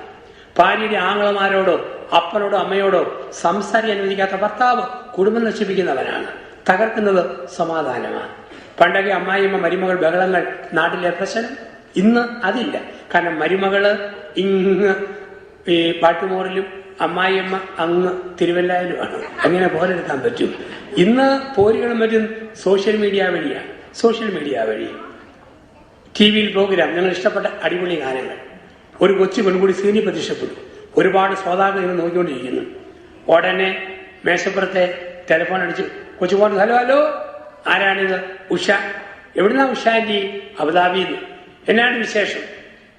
കോട്ടയത്തെ എന്റെ അമ്മായിയമ്മയുടെ 75ാം ബർത്ത്ഡേ ആണ്. ഒരു അടിപൊളി പാട്ട് ഡെഡിക്കേറ്റ് ചെയ്യണം. കോട്ടയത്തെ അമ്മായിമ്മയ്ക്ക് വേണ്ടി അബുദാബിയിലെ ഉഷാന്റി ഒരു അടിപൊളി പാട്ട് ഡെഡിക്കേറ്റ് ചെയ്തു. ഏത് പാട്ട് ആന്റി വെക്കേണ്ടത്? രാക്ഷസി രാക്ഷസി, ഇതാണ് വെക്കേണ്ട പാട്ട്. ഒന്ന് വാശി അങ്ങനെയും തീർക്കാം. ഇവിടെയാണ് പറയുക സമാധാന സ്ഥാപകർ ഭാഗ്യവാന്മാർ, അവർ ഭൂമി അവകാശമാക്കി മാറ്റുന്നു. 8 സമർപ്പണത്തിന്റെ ദാമ്പത്യം. കുടുംബത്തിൽ സമർപ്പണത്തിന്റെ ദാമ്പത്യം. എന്താണ് സമർപ്പണത്തിന്റെ ദാമ്പത്യം? ദമ്പതിമാർക്കിടയിൽ സമർപ്പണം ഉണ്ടായിരിക്കുക. സമർപ്പണം 3 സമർപ്പണങ്ങൾ ദമ്പതിമാർക്കിടയിൽ ഉണ്ടായിരിക്കണം. അവർക്ക് കുടുംബത്തിൽ ഒരു അനുഭൂതിയിലേക്ക് വളരാനായിട്ട് പറ്റും. ശാരീരിക സമർപ്പണം. ഞങ്ങള് ഈ കത്തോലിക്കാ സഭയിലൊക്കെ കുറെ അച്ഛന്മാർ ഒരുമിച്ചുകൂടി കുർബാനയല്ലെന്നുണ്ട്. നമ്മൾ 3 കുർബാന എന്ന് പറയുന്ന പോലെ ഞങ്ങൾ കുറെ പേര് സമൂഹ ബലി എന്നൊരു വാക്കുണ്ട്. സമൂഹ ബലി എന്നാണ് പറയുക. അപ്പം കുടുംബജീവിതത്തിലൊക്കെയുള്ള ഒരു ബലിയുടെ ജീവിതമാണല്ലോ ദാമ്പത്യം എന്ന് പറയുക. അവിടെ ശാരീരിക സമർപ്പണം വളരെ പ്രധാനപ്പെട്ടതാണ്. ചില സ്ത്രീകൾക്കൊരു ഓർമ്മ, 65 വയസ്സ് കഴിഞ്ഞാൽ പിന്നെ ഭാര്യാഭർത്തൃബന്ധമൊന്നും പാടില്ല.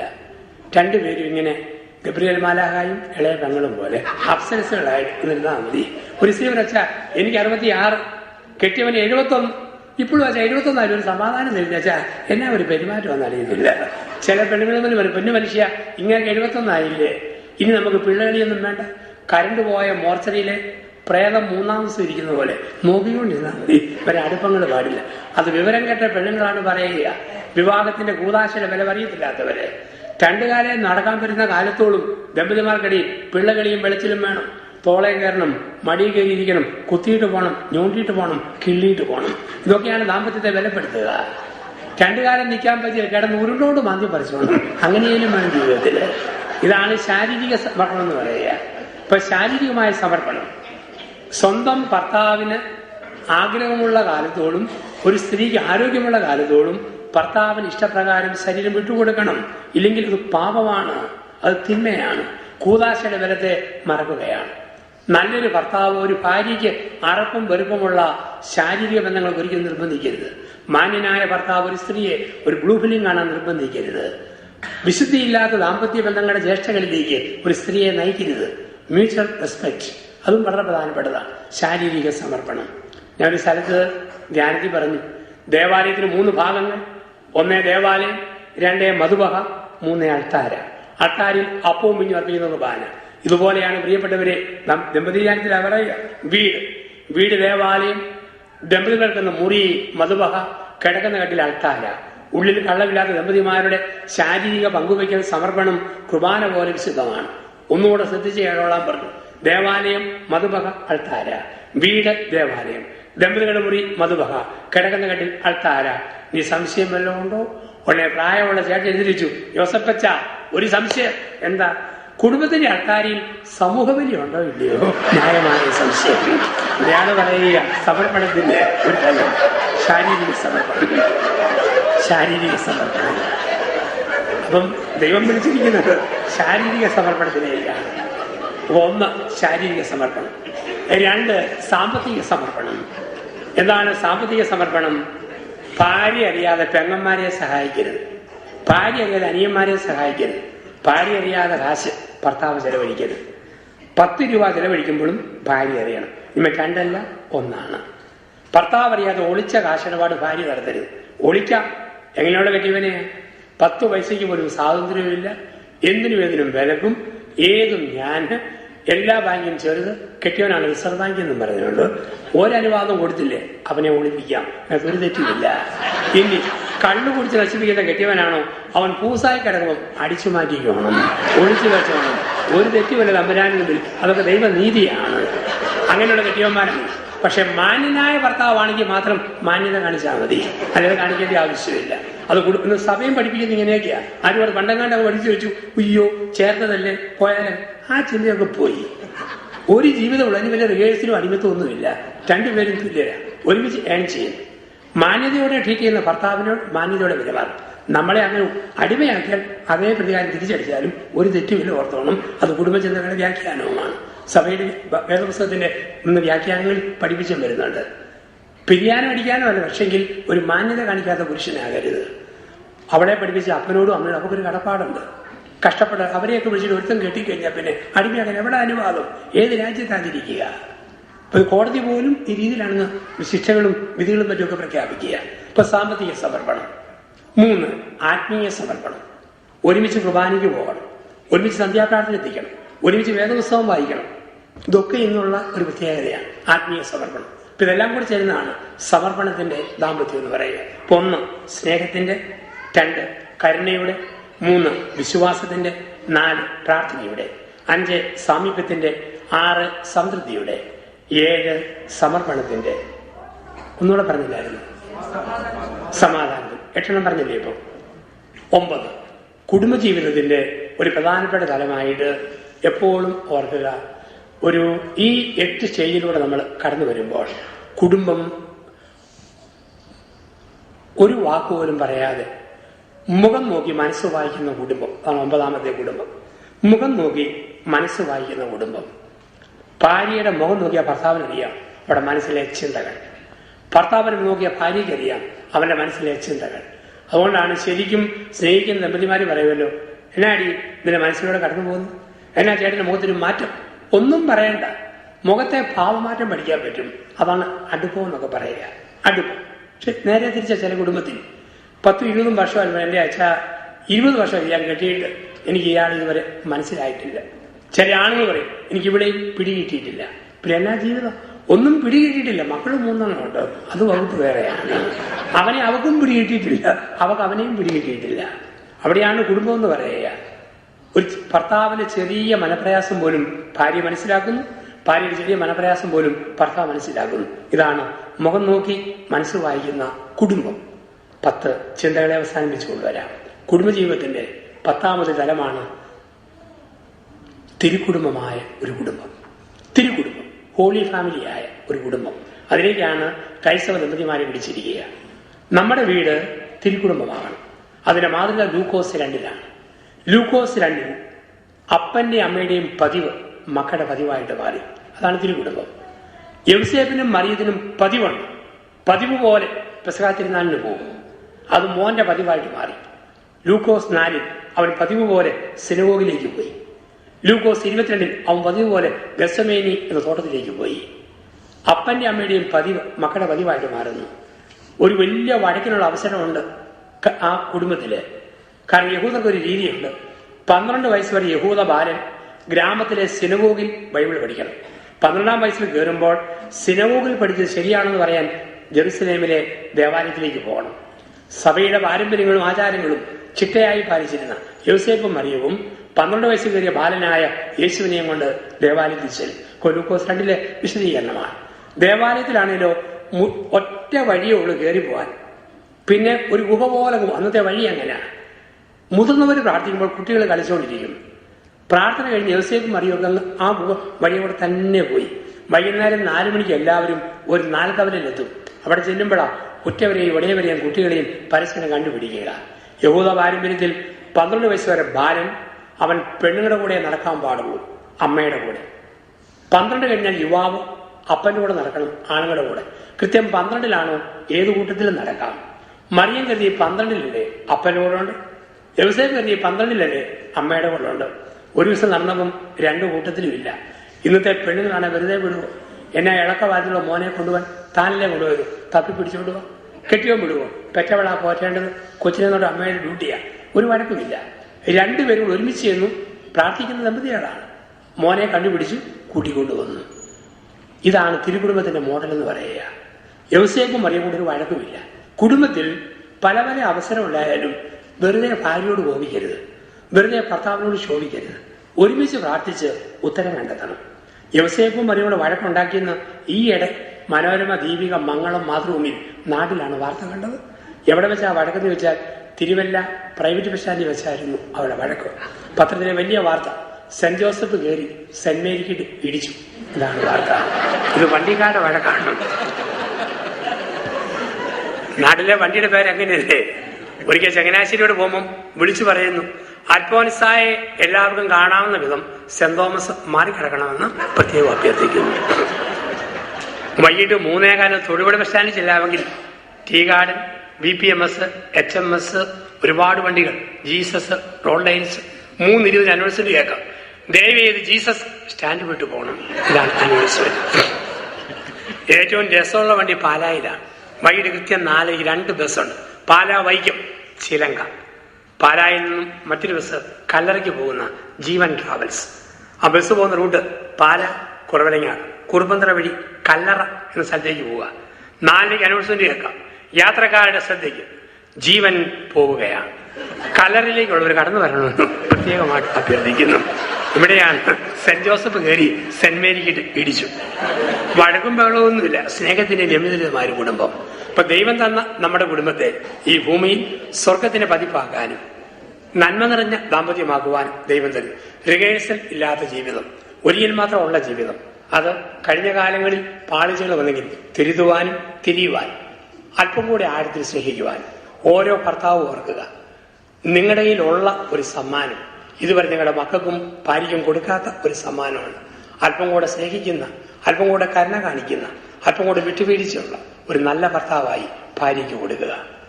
ഒരു സ്ത്രീ ഓർക്കുക, അല്പം കൂടെ കരുണയും സ്നേഹവും കൊടുക്കുക, ഒരു നല്ല ഭാര്യയായിട്ട് മാറുക. നല്ല അപ്പനും അമ്മയുമായി മക്കൾക്ക് മാറുക. അങ്ങനെ അനുഗ്രഹീതമായ കുടുംബജീവിതം നയിക്കുവാനും നീ നിന്റെ കുടുംബവും രക്ഷപ്രാപിക്കുമെന്ന തിരുവചനം കേൾക്കുവാനും നമുക്കിടയാകട്ടെ. അതിന് ഇന്നത്തെ ചിന്തകളും ഒത്തുവരവും നമ്മളെ സഹായിക്കട്ടെ. നന്ദി.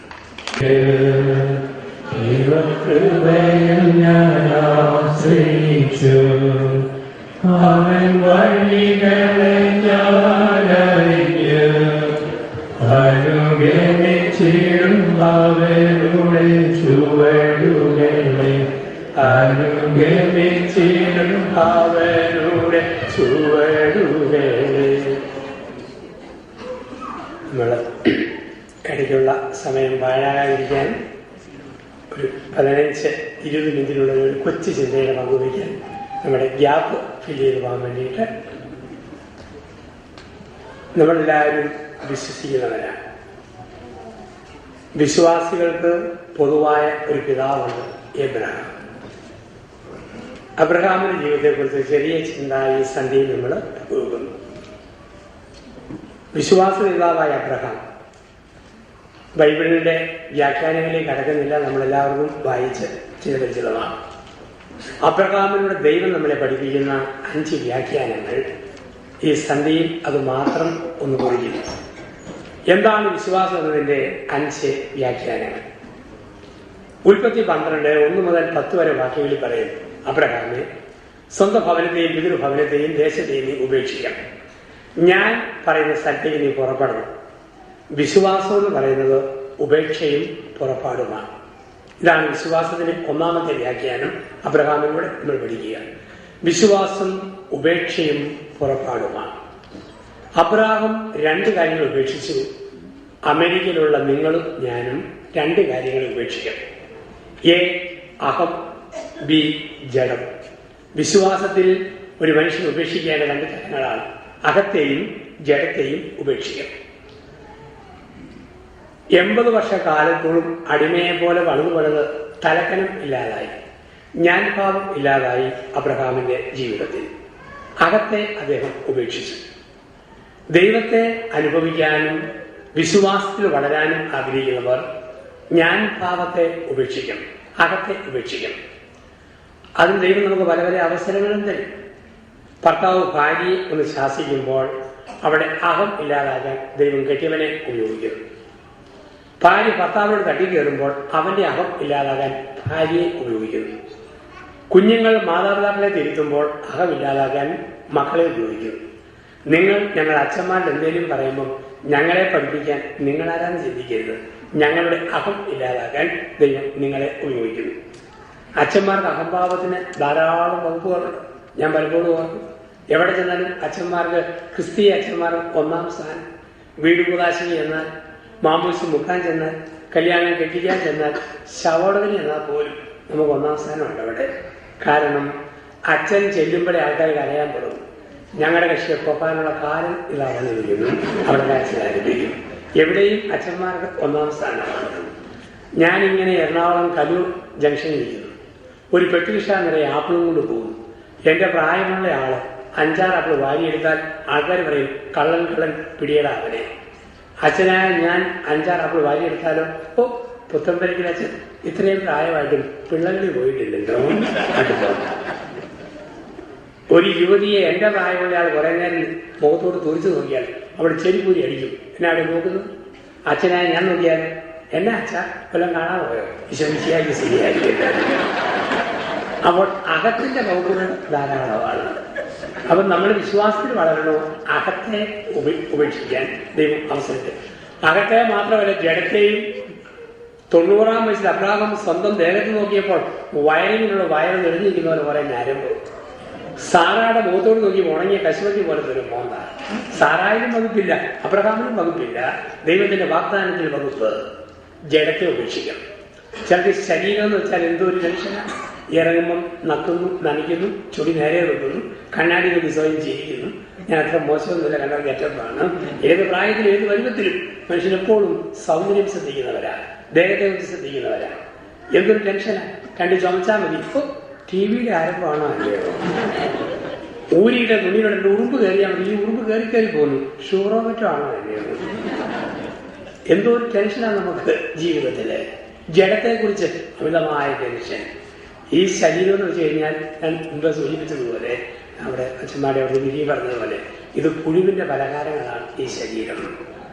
ഇന്നല്ലെങ്കിൽ നാളെ തിന്നു തീർക്കുന്ന പുഴുവിന്റെ പലഹാരങ്ങൾ നമ്മുടെയൊക്കെ ശരീരം. അവിടെയാണ് ജഡത്തെക്കുറിച്ച് അധികമായിട്ടുള്ള കാര്യം തരുന്നത്. എന്റെ കൂടെ ഒരച്ഛൻ 117 കിലോ 500 ഗ്രാം. അച്ഛന്റെ വയറ് കണ്ട കപ്പ പാടി ചെമ്പ് പോലെ മടിച്ചു കിടക്കുന്നു. ഈ ഒരു അച്ഛൻ പറഞ്ഞു, ജോസഫ് അച്ഛ ഇനി മേലിൽ ദൈവസ്നേഹം വർണ്ണിച്ചിട്ടാണുള്ള പാട്ട് ഞാൻ പാടിയത്.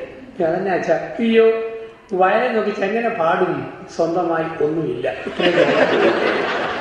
ഈയിടെ അണപ്പും കലപ്പും കൂടി ഡോക്ടർ അച്ഛനെ പരിശോധിച്ചിട്ട് പറഞ്ഞു, 6 മാസം കൊണ്ട് 17 കിലോ കുറയ്ക്കണം. അതിന് പകൽ ഉറങ്ങരുത്, രാത്രി ഉറക്കം വരുമ്പോഴേ കിടക്കുക, ഉറക്കം വരുമ്പോഴേ ചാടി എഴുന്നേൽക്കുക. 4 നേരത്തെ പക്ഷേ 8 മണിക്ക് മുമ്പ് 8 നേരമായി മുറിച്ച് കഴിക്കുക. അങ്ങനെ സ്വയം ഒരു ത്രാശ് മേടിച്ച് ഡെയിലി തൂക്കം നോക്കിക്കോളാം. അച്ഛൻ ത്രാശ് മേടിച്ചു. അവസാനം ഡോക്ടറോട് പറഞ്ഞത് 3-4 ദിവസം കഴിഞ്ഞ്, ഡോക്ടറെ അത് വിജയിക്കുക. അതെന്താ? വയറ് കാരണം ത്രാശിലെ അക്കം കാണാൻ മേല, അതാണ്. ഡോക്ടർ പറഞ്ഞു, പോട്ടെ, കയറി നിൽക്കുമ്പോൾ തൂക്കം പറയുന്ന ഇലക്ട്രോണിക് വെയിറ്റിംഗ് മെഷീൻ ഉണ്ട്, അത് മേടിക്കുക, അത് തൂക്കം പറഞ്ഞോളൂ. അങ്ങനെ ഒരെണ്ണം മേടിച്ചു. 2-ാം നാളിൽ പറഞ്ഞു, അത്രയും കൂടെ പറ്റിയേ. അതെന്താ? ഞാൻ കയറുമ്പോഴേ ത്രാശ് പറയുക, പ്ലീസ് 1 at a time. അപ്പൊ എത്ര വണ്ണമുണ്ടെന്നും വയറുണ്ട്. നാളെ ഈ ഭൂമിയിൽ പുഴുവിന്റെ വരെ കാര്യങ്ങൾ. അവിടെയാണ് അകത്തെ ഉപേക്ഷിക്കണം, ജഡത്തെ ഉപേക്ഷിക്കണം. ഈ അച്ഛൻ പരസ്യം കണ്ട് കുടവേറ് കുറയ്ക്കാൻ വേണ്ടി പരസ്യം വന്നു. ലവണതയിലും പുരട്ടും, കുടമയിലും പുരട്ടും. 5 പാത്രം ലവണതയിലും അച്ഛൻ മേടിച്ച് 3 മാസം പുരട്ടി വലുതായി മെലിഞ്ഞു പോയി. വയറതുപോലെ അകത്തെയും മറക്കണം, ജലത്തെയും മറക്കണം. വിശ്വാസം ഉപേക്ഷയാണ്. ശരീരത്തെയും മറക്കണം, അകത്തെയും മറക്കണം. ഒപ്പം പുറപ്പാടാണ്. വിശ്വാസം പുറപ്പാടാണ്. ഞങ്ങൾ പട്ടക്കാട് പുറപ്പാട് അധികാരി ദൈവനിശ്ചയം കവറിലാക്കി തരുമ്പോൾ പെട്ടി പ്രമാണം തൂക്കി അടുത്ത സ്ഥലത്തേക്ക് പോകണം. അതാണ് ഞങ്ങളുടെ പുറപ്പാട്. ദാമ്പത്യത്തിൽ ഒരു പുറപ്പാടുണ്ട്. അത് സ്ഥലമാറ്റമല്ലല്ലോ. കുടുംബജീവിതക്കാർക്ക് സ്ഥലമാറ്റമുണ്ടോ? 2 വർഷം പാപ്പച്ചന്റെ കൂടെ, 3 വർഷം തോമാച്ചന്റെ കൂടെ, 5 വർഷം ജോസഫിന്റെ കൂടെ, 5 വർഷം കുഞ്ഞമ്മ, 3 വർഷം വെണ്ണമ്മ, 3.5 വർഷം ശോശാമ്മ. അങ്ങനെ മാറാൻ പറ്റുകയല്ല. പിന്നെയോ പുരുഷൻ സ്വന്തം ഇഷ്ടത്തിൽ നിന്നും അഡ്ജസ്റ്റ് ചെയ്യണം ഭാര്യയുടെ ഇഷ്ടത്തിലേക്ക്. ഭാര്യ സ്വന്തം ഇഷ്ടത്തിൽ നിന്നും ഭർത്താവിന്റെ ഇഷ്ടത്തിലേക്ക് അഡ്ജസ്റ്റ് ചെയ്യണം. Faith is an excellence experience. ഒരു പുറപ്പാടാണ്. എന്റെ അകത്തിൽ നിന്നും അവരുടെ സത്യയിലേക്കുള്ള ഒരു പ്രയാണമാണ്. വിശ്വാസം ഉപേക്ഷയും പുറപ്പാടുമാണ്. അബ്രഹാം വിശ്വസിച്ചു, ഉപേക്ഷിച്ച് പുറപ്പെട്ടു. 2, faith is A leap in the dark. വിശ്വാസം ഇരുട്ടിലേക്കുള്ള എടുത്തുചാട്ടമാണ്. നാളെ എന്ന് ആർക്കും ഉറപ്പില്ല. വിശ്വാസം ഇരുട്ടിലേക്കുള്ള എടുത്തുചാട്ടമാണ്. കല്യാണം കഴിച്ചു, എങ്ങനെയുള്ള പെണ്ണ്, ഉണ്ടാകുന്ന കുഞ്ഞുങ്ങൾ എങ്ങനെ, ഇരുട്ടിലേക്കുള്ള എടുത്തുചാട്ടം. ജീവിതം മുഴുവൻ അങ്ങനെയല്ലേ? എടുത്തുചാടിയല്ലേ പറ്റുള്ളൂ. നാളെ കുറിച്ച് എന്നാ ഉറപ്പിരിക്കും നമുക്ക്? കണ്ണടച്ചുള്ള വിശ്വാസമല്ലേ ജീവിതം മുഴുവൻ. നേഴ്സിനെ വിശ്വസിക്കണം. കുത്തിവെക്കാൻ വരുമ്പോൾ അവിടെങ്ങാനും അപ്രോബലായി മാറി സൂചിങ്ങാൻ നെഞ്ചത്ത് കുത്തിക്കയറ്റിയാലോ ചെയ്യേണ്ട വിശ്വാസം. ഡോക്ടറെ വിശ്വസിക്കണം. ഞാൻ പറയും ഡോക്ടറെ ഓപ്പറേഷൻ കെട്ടി ബോധം കെട്ടി ഓപ്പറേഷൻ നടത്തിക്കൂ. എന്നാ ധൈര്യത്തില്ല. ബോധം കെട്ടി കിടക്കുമ്പം ഈ ഡോക്ടറെങ്ങാനും എന്നെ മർമ്മപ്രധാനമായ ഏതെങ്കിലും അവയവങ്ങൾ ചെത്തിപ്പറിച്ചുകൊണ്ട് പോയാലോ ചെയ്യേണ്ട വിശ്വാസം. ഡോക്ടർ രോഗിയോട് പറഞ്ഞു നട്ടലിനെ കുത്തിവെച്ച് ബോധം കെടുത്തിയിട്ട് ഓപ്പറേഷൻ. രോഗി ചോദിച്ചു ബോധം കെടുത്ത് ഇഞ്ചക്ഷൻ എത്ര രൂപയാ? ഡോക്ടർ ഇവിടെ അതിന് 850 രൂപ. രോഗി പറഞ്ഞു പൊന്നു ഡോക്ടറെ 50 രൂപയ്ക്കുള്ള ബോധം പോലും ഇല്ല, അത് കെടുത്താനായിട്ട് 850 രൂപ മേടിക്കുന്നത് എന്നപോലെ ന്യായമാണ്. ഇപ്പൊ ഡോക്ടറെ വിശ്വസിക്കാം, കാലാവസ്ഥയെ വിശ്വസിക്കണം. ഭർത്താവിനെ ഭാര്യ വിശ്വസിക്കുന്നു, ഭാര്യ ഭർത്താവിനെ വിശ്വസിക്കുന്നു. വിമാനയാത്ര എന്തൊരു വിശ്വാസമാണ്. ഞാൻ യൂട്യൂബിലൊക്കെ നോക്കിയിട്ടുണ്ട്. വിമാനയാത്ര വിശ്വാസം. പ്ലെയിനെ കയറാത്തൊരാരും ഇവിടെയില്ല. നമ്മൾ കയറുന്നതെല്ലാം മരിക്കാൻ വേണ്ടിയുള്ള കയറ്റമാണ്. ഈ പണ്ടാരം താഴെ ഇറങ്ങോ ഇല്ലയോ എന്ന് ഒടേതമ്പരാന് മാത്രം അറിയാം. എയർ ഹോസ്റ്റസിന് പോലും ഉറപ്പില്ല താഴെ ഇറങ്ങുന്നു. നമ്മളെ ബെൽറ്റിട്ട് മുറുക്കി കെട്ടിയിട്ട് അവൾ കാണിച്ചു തരിക, അതിലേക്ക് അടിക്കുന്നു, ഇതിലേക്ക് അടിക്കുന്നു. എന്നാൽ പിന്നെ മര്യാദയ്ക്ക് അഴിച്ചു വിട്ടിച്ചുകൊണ്ട് പിന്നെ പറയുന്നത് 37 അടി പൊക്കത്തിൽ വിമാനം പറക്കുമ്പോൾ ഓക്സിജൻ കിട്ടാതെ വന്നാൽ തൂങ്ങി ഇറങ്ങുന്ന സഞ്ചി എങ്ങനെ വായിത്തടി കയറണം. ഞാൻ നോക്കത്തില്ല. ഇത്രയും പൊക്കത്തിൽ വിമാനം പറക്കും, അതെങ്ങാനും തകർന്നാൽ പിന്നെ ഓക്സിജൻ തപ്പും എവിടെ സമയം. ഒരിക്കൽ പ്ലെയിനെ കൊണ്ട് അടുത്തിന്റെ ചേട്ടൻ ചോദിച്ചു, ഇത് അച്ഛൻ്റെ ആദ്യത്തെ യാത്രയായില്ലേ? കാരണം എന്റെ പെരുമാറ്റം ഒട്ടും നോർമല്ലെന്ന് എന്നെ കണ്ടപ്പോൾ തോന്നി. ഞാൻ പറഞ്ഞു പൊന്നി ചേട്ടാ, ഇത് താഴെ ഇറങ്ങാനേ പറയാം, ആദ്യത്തെ യാത്രയാണ്, അത് ഒടുക്കത്തെ യാത്രയാണോ? ഒരു വിശ്വാസം. ജീവിതം മുഴുവൻ ഒരു വിശ്വാസമാണ്. ഇരുട്ടിലേക്കുള്ള എടുത്തുചാട്ടമാണ്. ഇന്ന് ആർക്കാ ഉറപ്പ്? ലോക പോലീസായ അമേരിക്കയ്ക്ക് എല്ലാവരും പേടിയല്ലേ? ന്യൂയോർക്കിൽ ഭീകരന്മാരെ പേടി, ചിക്കാഗോയിൽ ശീലക്കാറ്റ്, സാൻ ഫ്രാൻസിസ്കോയിൽ ഭൂമി ഉലുക്കം, ലോസ് ആഞ്ചൽസിൽ കാട്ടുതീ, ഫ്ലോറിഡയിൽ ഹരിക്കെയിൻ. എവിടെ ധൈര്യം? പഴയ രാജ്യം വന്നപ്പോൾ സാൻഡി എന്നതായിരുന്നു അന്നത്തെ കാഴ്ച ദൈവമേ. ഞാൻ ന്യൂജേഴ്സി ഭാഗത്ത് താമസിക്കുമ്പോൾ ഇപ്പം എവിടെയും ഒന്നും ഉറപ്പല്ല. കടൽക്കാറ്റുകൾ 2004 4 ആണുങ്ങളുടെ പേര്, 2005 3 പെണ്ണുങ്ങളുടെ പേര്. ആണുങ്ങളെ പിന്നെയും വന്ന് സമാധാനിപ്പിക്കാം. ഐവാൻ, ഫ്രാൻസിസ്, ജീൻസ്, ചാൾസ് വലിയ കുഴപ്പമൊന്നുമില്ല. പക്ഷെ 2005 3 പെണ്ണുങ്ങൾ അമേരിക്കയുടെ കഥ കഴിഞ്ഞു. കത്രീന, റീത്ത, വിൽമ. എനിക്ക് നാട്ടിൽ പോലും കത്രീനാന്ന് കേൾക്കും നെഞ്ചെത്തി. കാരണം ഞാൻ അതിനകത്ത് പെട്ടുപോയ അച്ഛനാണ് 3 ദിവസം. ഫ്ലോറിഡയിലെ മയാമിലെ കോറൽ സ്പ്രിംഗിൽ ഞാൻ ധ്യാനിപ്പിക്കുക. 8 നോമ്പ് കാലത്ത് ധ്യാനം. 2ാം ദിവസമായിരുന്നു കത്രീനയുടെ വരവ്. എനിക്കൊരു ഇളക്കമായിരുന്നു.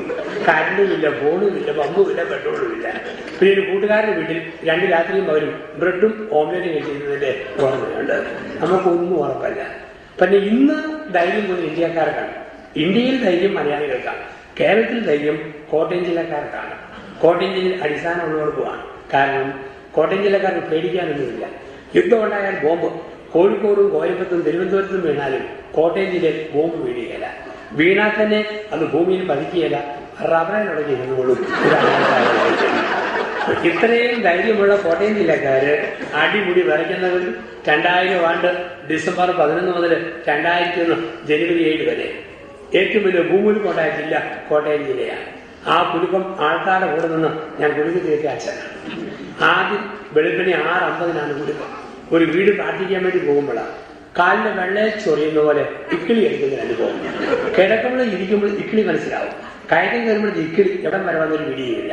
ഞങ്ങൾ ഒരു സ്ത്രീ ഒരു കൊച്ചിനെയും പൊക്കിക്കൊണ്ട് ഓടുന്നു, ഭൂമി കുലുക്കുന്നേ. അപ്പോൾ ആ പിടി കിട്ടിയത് കാലിന്റെ കീഴെ കിടന്ന് ഭൂമി കുലുക്കിയത് ഒരു തരിപ്പ് പോലെ കയറി വന്നതാണ്. പിന്നെ സ്ത്രീയും കൊച്ചും ഞാനും കൂടെ വന്ന ആളും കൂടെ അടുത്ത് കണ്ട വീടിന്റെ ആടിന്റെ ഭിത്തി അള്ളിപ്പിടിച്ചു. ഒരു 5-6 സെക്കൻഡ് നിന്ന് കാണും ആദ്യത്തെ കുലുക്കം. ഈ സമയം എന്റെ കൂടെയുള്ള വെല്ലേച്ചൻ കാഞ്ഞിരപ്പള്ളി മഠത്തിലെ പ്രായം ചെന്ന കന്യാസ്ത്രീ അമ്മമാരെ കുമ്പസാരിപ്പിച്ച് ഉപദേശം കൊടുത്ത് കുഞ്ഞിരിക്കുകയായിരുന്നു. ഇപ്പം പിന്നെ അച്ഛൻ എന്തോ അരിതായ്മ കൊണ്ട് നോക്കി. അച്ഛൻ തലമൊക്കെ നോക്കുമ്പോൾ 80 വയസ്സുള്ള വലിയ കന്യാസ്ത്രീ കുമ്പസാരക്കൂടും കമ്പിവരെയും കൂടെ അച്ഛന്റെ നേരെ ബോക്സിങ്ങിന് വരുന്നത് ചെന്നിന് വരുന്നു. ഇതായിരുന്നു കുലുക്കം. അന്ന് 2:30 ദേശീയ നീന്തലിൽ സമ്മാനം കൊടുക്കാൻ വേണ്ടി പല അത്ഭുത കോളേജിൽ എന്നെ വിളിച്ചു. ഞാൻ കുഞ്ഞുങ്ങൾക്ക് സമ്മാനം കൊടുത്ത് അനുമോദന പ്രസംഗം പറയും. ഒറ്റ കുലുക്കം. പെൺപിള്ളേർ ജീവനും കൊണ്ട് ഓടി. എനിക്കും സത്യം പറഞ്ഞാൽ ആദ്യം ഓടണമെന്നാണ് തോന്നിയത്. പിന്നെ ഓർത്ത് ഞാനും ചിത്ര പ്രിൻസിപ്പാളുമാണ് സ്റ്റേജിൽ.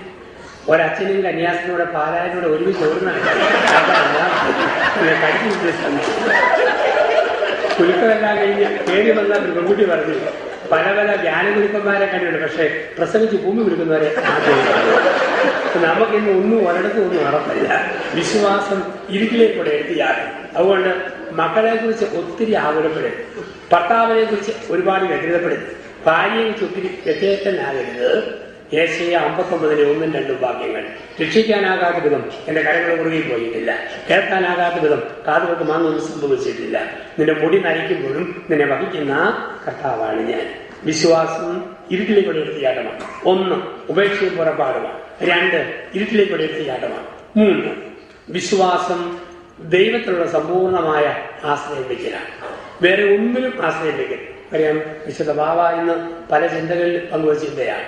പ്രാർത്ഥനയുടെ അസാധ്യമായിട്ടൊന്നുമില്ല. ദൈവത്തിലുള്ള പൂർണ്ണമായ ആശ്രയം വയ്ക്കലാണ് വിശ്വാസം. വേറെ എവിടെ ആശ്രയം വെച്ചാലും നിരാശയല്ലേ. മക്കളിൽ അമിതമായ ആശ്രയം വെച്ചോ മക്കളുടെ മട്ടു മാറുമ്പോൾ നിങ്ങൾ നേറും. ഭർത്താവിന് അമിതമായ ആശ്രയം വെച്ചോ ഭർത്താവിന്റെ പാപം മാറുമ്പോൾ ഭാര്യ വാടും. ഭാര്യ അമിതമായ ആശ്രയം വെച്ചോ അവിടെ രീതി മാറുമ്പോൾ ഭർത്താവ് ഇരുന്നു പോകും. അതുകൊണ്ടാണ് ഇന്ന് മക്കൾക്കും മറ്റും നാട്ടിൽ വീതം വെക്കുമ്പം അപ്പന്മാർക്ക് ഉത്തരവുണ്ട്. പഴയതുപോലല്ല. ഇന്നെങ്ങനെ എഴുതുക? എന്നെയും എന്റെ ഭാര്യയും മരണം വരെ മര്യാദയ്ക്ക് നോക്കുന്ന ആൾക്ക് ഞങ്ങളുടെ കാലശേഷം വീടും ഒരേക്കർ സ്ഥലവും. ഒരപ്പനെ എഴുതി വെച്ചു. ഇപ്പൊ കൂടെയുള്ള മോൻ പറഞ്ഞു, ഇപ്പം തന്നെ അക്കരെ ഞാൻ കാലശേഷം ആക്കി കാണിക്കാം. ഇന്ന് ലോകം പോകുന്ന രീതി.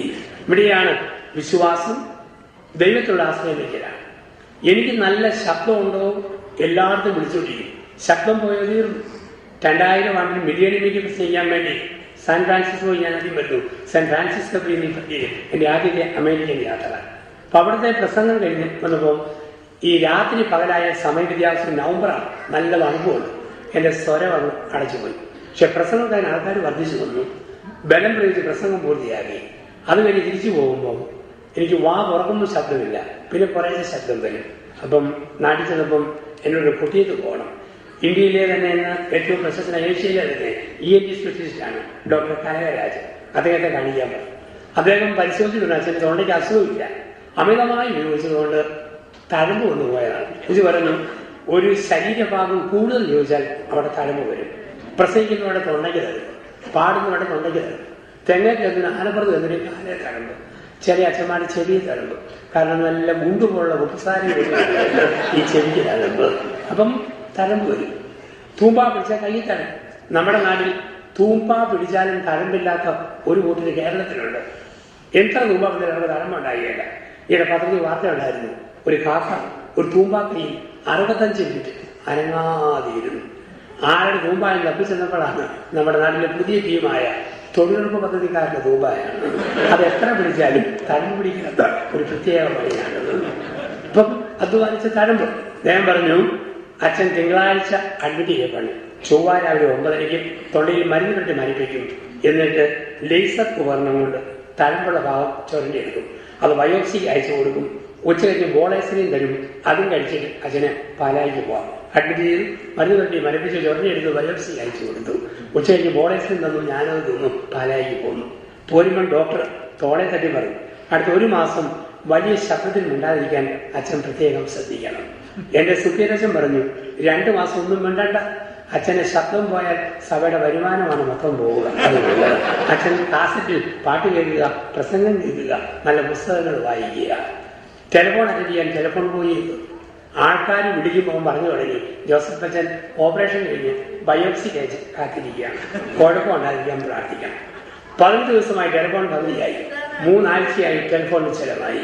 1 മാസമായപ്പോൾ എന്നെ പരിചയമുള്ള അച്ഛന്മാരും ആൾക്കാരും പറഞ്ഞു തുടങ്ങി, നല്ല അച്ഛനും ധ്യാനമൊക്കെ ആയിരുന്നു.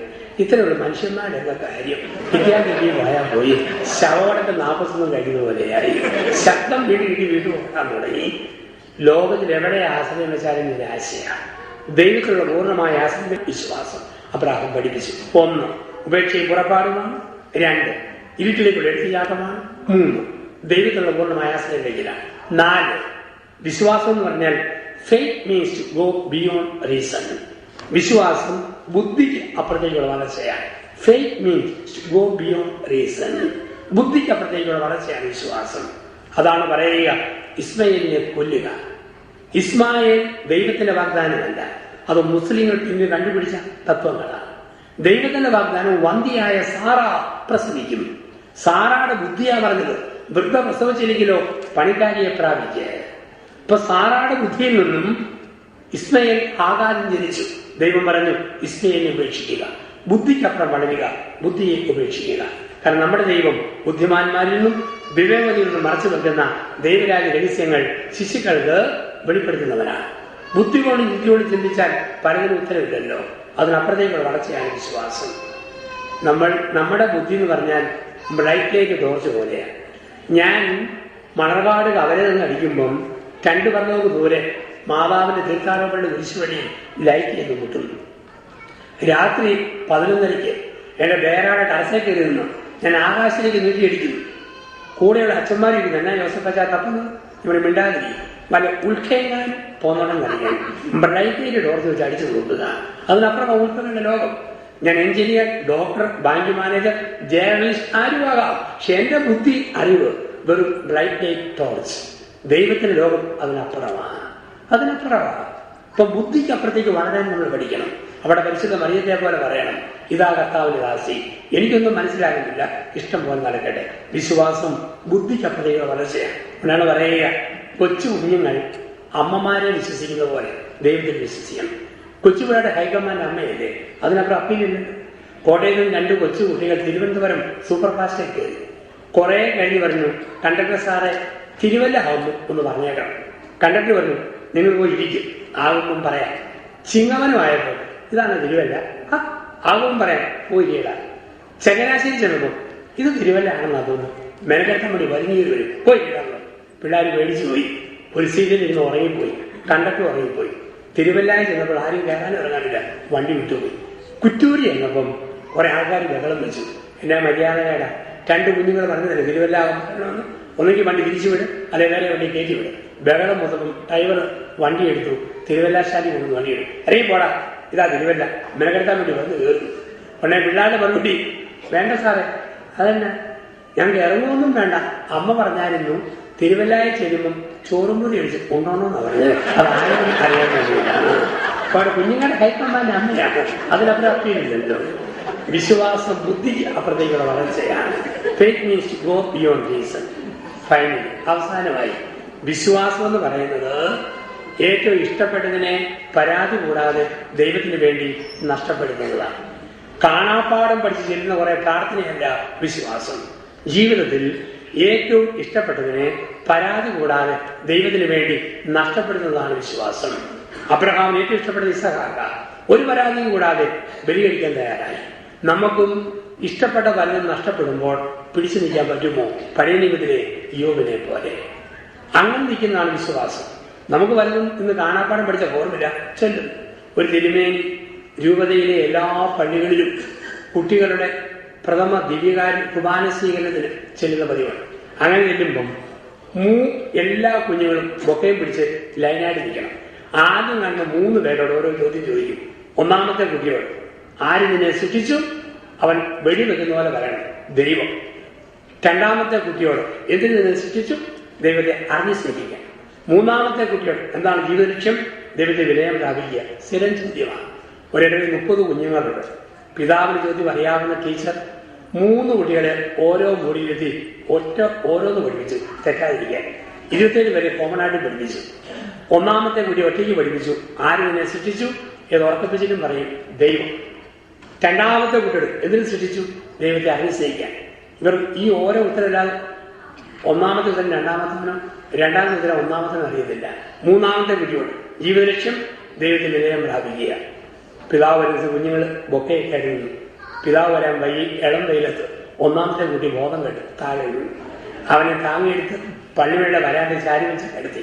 ഓട്ടോമാറ്റിക്കായി രണ്ടാമത്തെ ഒന്നാമതായി, മൂന്നാമത്തെ രണ്ടാമതായി, നാലാമത്തെ മൂന്നാമതായി. താമസിച്ചു വന്ന ഇരുമേനെ പെട്ടെന്ന് കാറയിൽ ചാടി ഇറങ്ങിയ സമയം ലാഭിക്കട്ടെ. നടക്കുന്ന വഴിക്ക് ഒന്നാമത് കുട്ടിയോട് ചോദിച്ചു, ആര് നിന്നെ സൃഷ്ടിച്ചു? അവൻ വെപ്പക്കാന്ന് തുടങ്ങി. അവനറിയാവുന്ന മറുപടി രണ്ടാമത്തെ മറുപടിയാണ് പഠിച്ചിരിക്കുന്നത്. അവനെ പഠിപ്പിച്ച ടീച്ചർ ചെവി കേൾക്കാൻ മേലാത്തൊരു രീതിയിൽ വാർത്ത വായിക്കുന്ന പോലെ തൊളവട ഉണ്ടാകും, ഉരുട്ടി ദൈവം ദൈവം ദൈവം. ഇവൻ കണ്ണു തള്ളുക. പിതാവിന് തോന്നി എന്തോ കുഴപ്പമാണ്. സി ഋഷി അവനെ തിരുമേനി ചോദിച്ചു, എന്തിനാ അവനെ ചമ്മുന്നത്? ദൈവം അല്ലേടാ നിന്നെ സൃഷ്ടിച്ചു. അല്ല പിതാവേ, ദൈവം സൃഷ്ടിച്ച കുറച്ച് ബോധം കിട്ടും വരാന്റെ കാര്യം. ദൈവത്തെ അറിഞ്ഞു സ്നേഹിക്കാൻ ആളാണ് ഈ മുഖ്യത്തിൽ. പലപ്പോഴും നമ്മൾ കാണാപ്പാടം പഠിച്ച ഒരുപിടി ഓർമ്മില്ല, അതിനപ്പുറത്തേക്ക് നമ്മൾ കാണാൻ കിട്ടില്ല. ഇവിടെയാണ് വിശ്വാസത്തിന്റെ വളർച്ചയിൽ നമ്മൾ പോവുക. നമ്മുടെ ഇങ്ങനെയുള്ള സംഗമങ്ങൾ ഒരുമിച്ചുള്ള വരവൊക്കെ നമ്മുടെ വിശ്വാസ വളർച്ചയുടെ കാലമാണ്. സഭയോടത്ത് ചിന്തിക്കാൻ, പിതാക്കന്മാരോട് ചിന്തിക്കുവാൻ, പൂർവികർ കൈമാറിയ വിശ്വാസം അണയാതെ സൂക്ഷിക്കുവാൻ, അബ്രഹാം പഠിപ്പിച്ച വിശ്വാസത്തിന് 5 മാതൃകൾ നമ്മുടെ ജീവിതത്തിന്റെ മാതൃകകളായി നമുക്ക് മാറട്ടെ. ഉപേക്ഷയും പുറപ്പാടും നടത്തി ഇരുട്ടിലേക്ക് എടുത്തുചാടി ദൈവത്തിൽ ആശ്രയം വെച്ച് ബുദ്ധിക്കപ്പുറം വളർന്നു ഇഷ്ടപ്പെടുന്നതിനെ പരാതികൂടെ നഷ്ടപ്പെടുത്തുന്ന ഒരു വിശ്വാസ ജീവിതം. അവിടെ കർത്താവ് പറയും, നിന്റെ വിശ്വാസം നിന്നെ രക്ഷിച്ചിരിക്കുന്നു.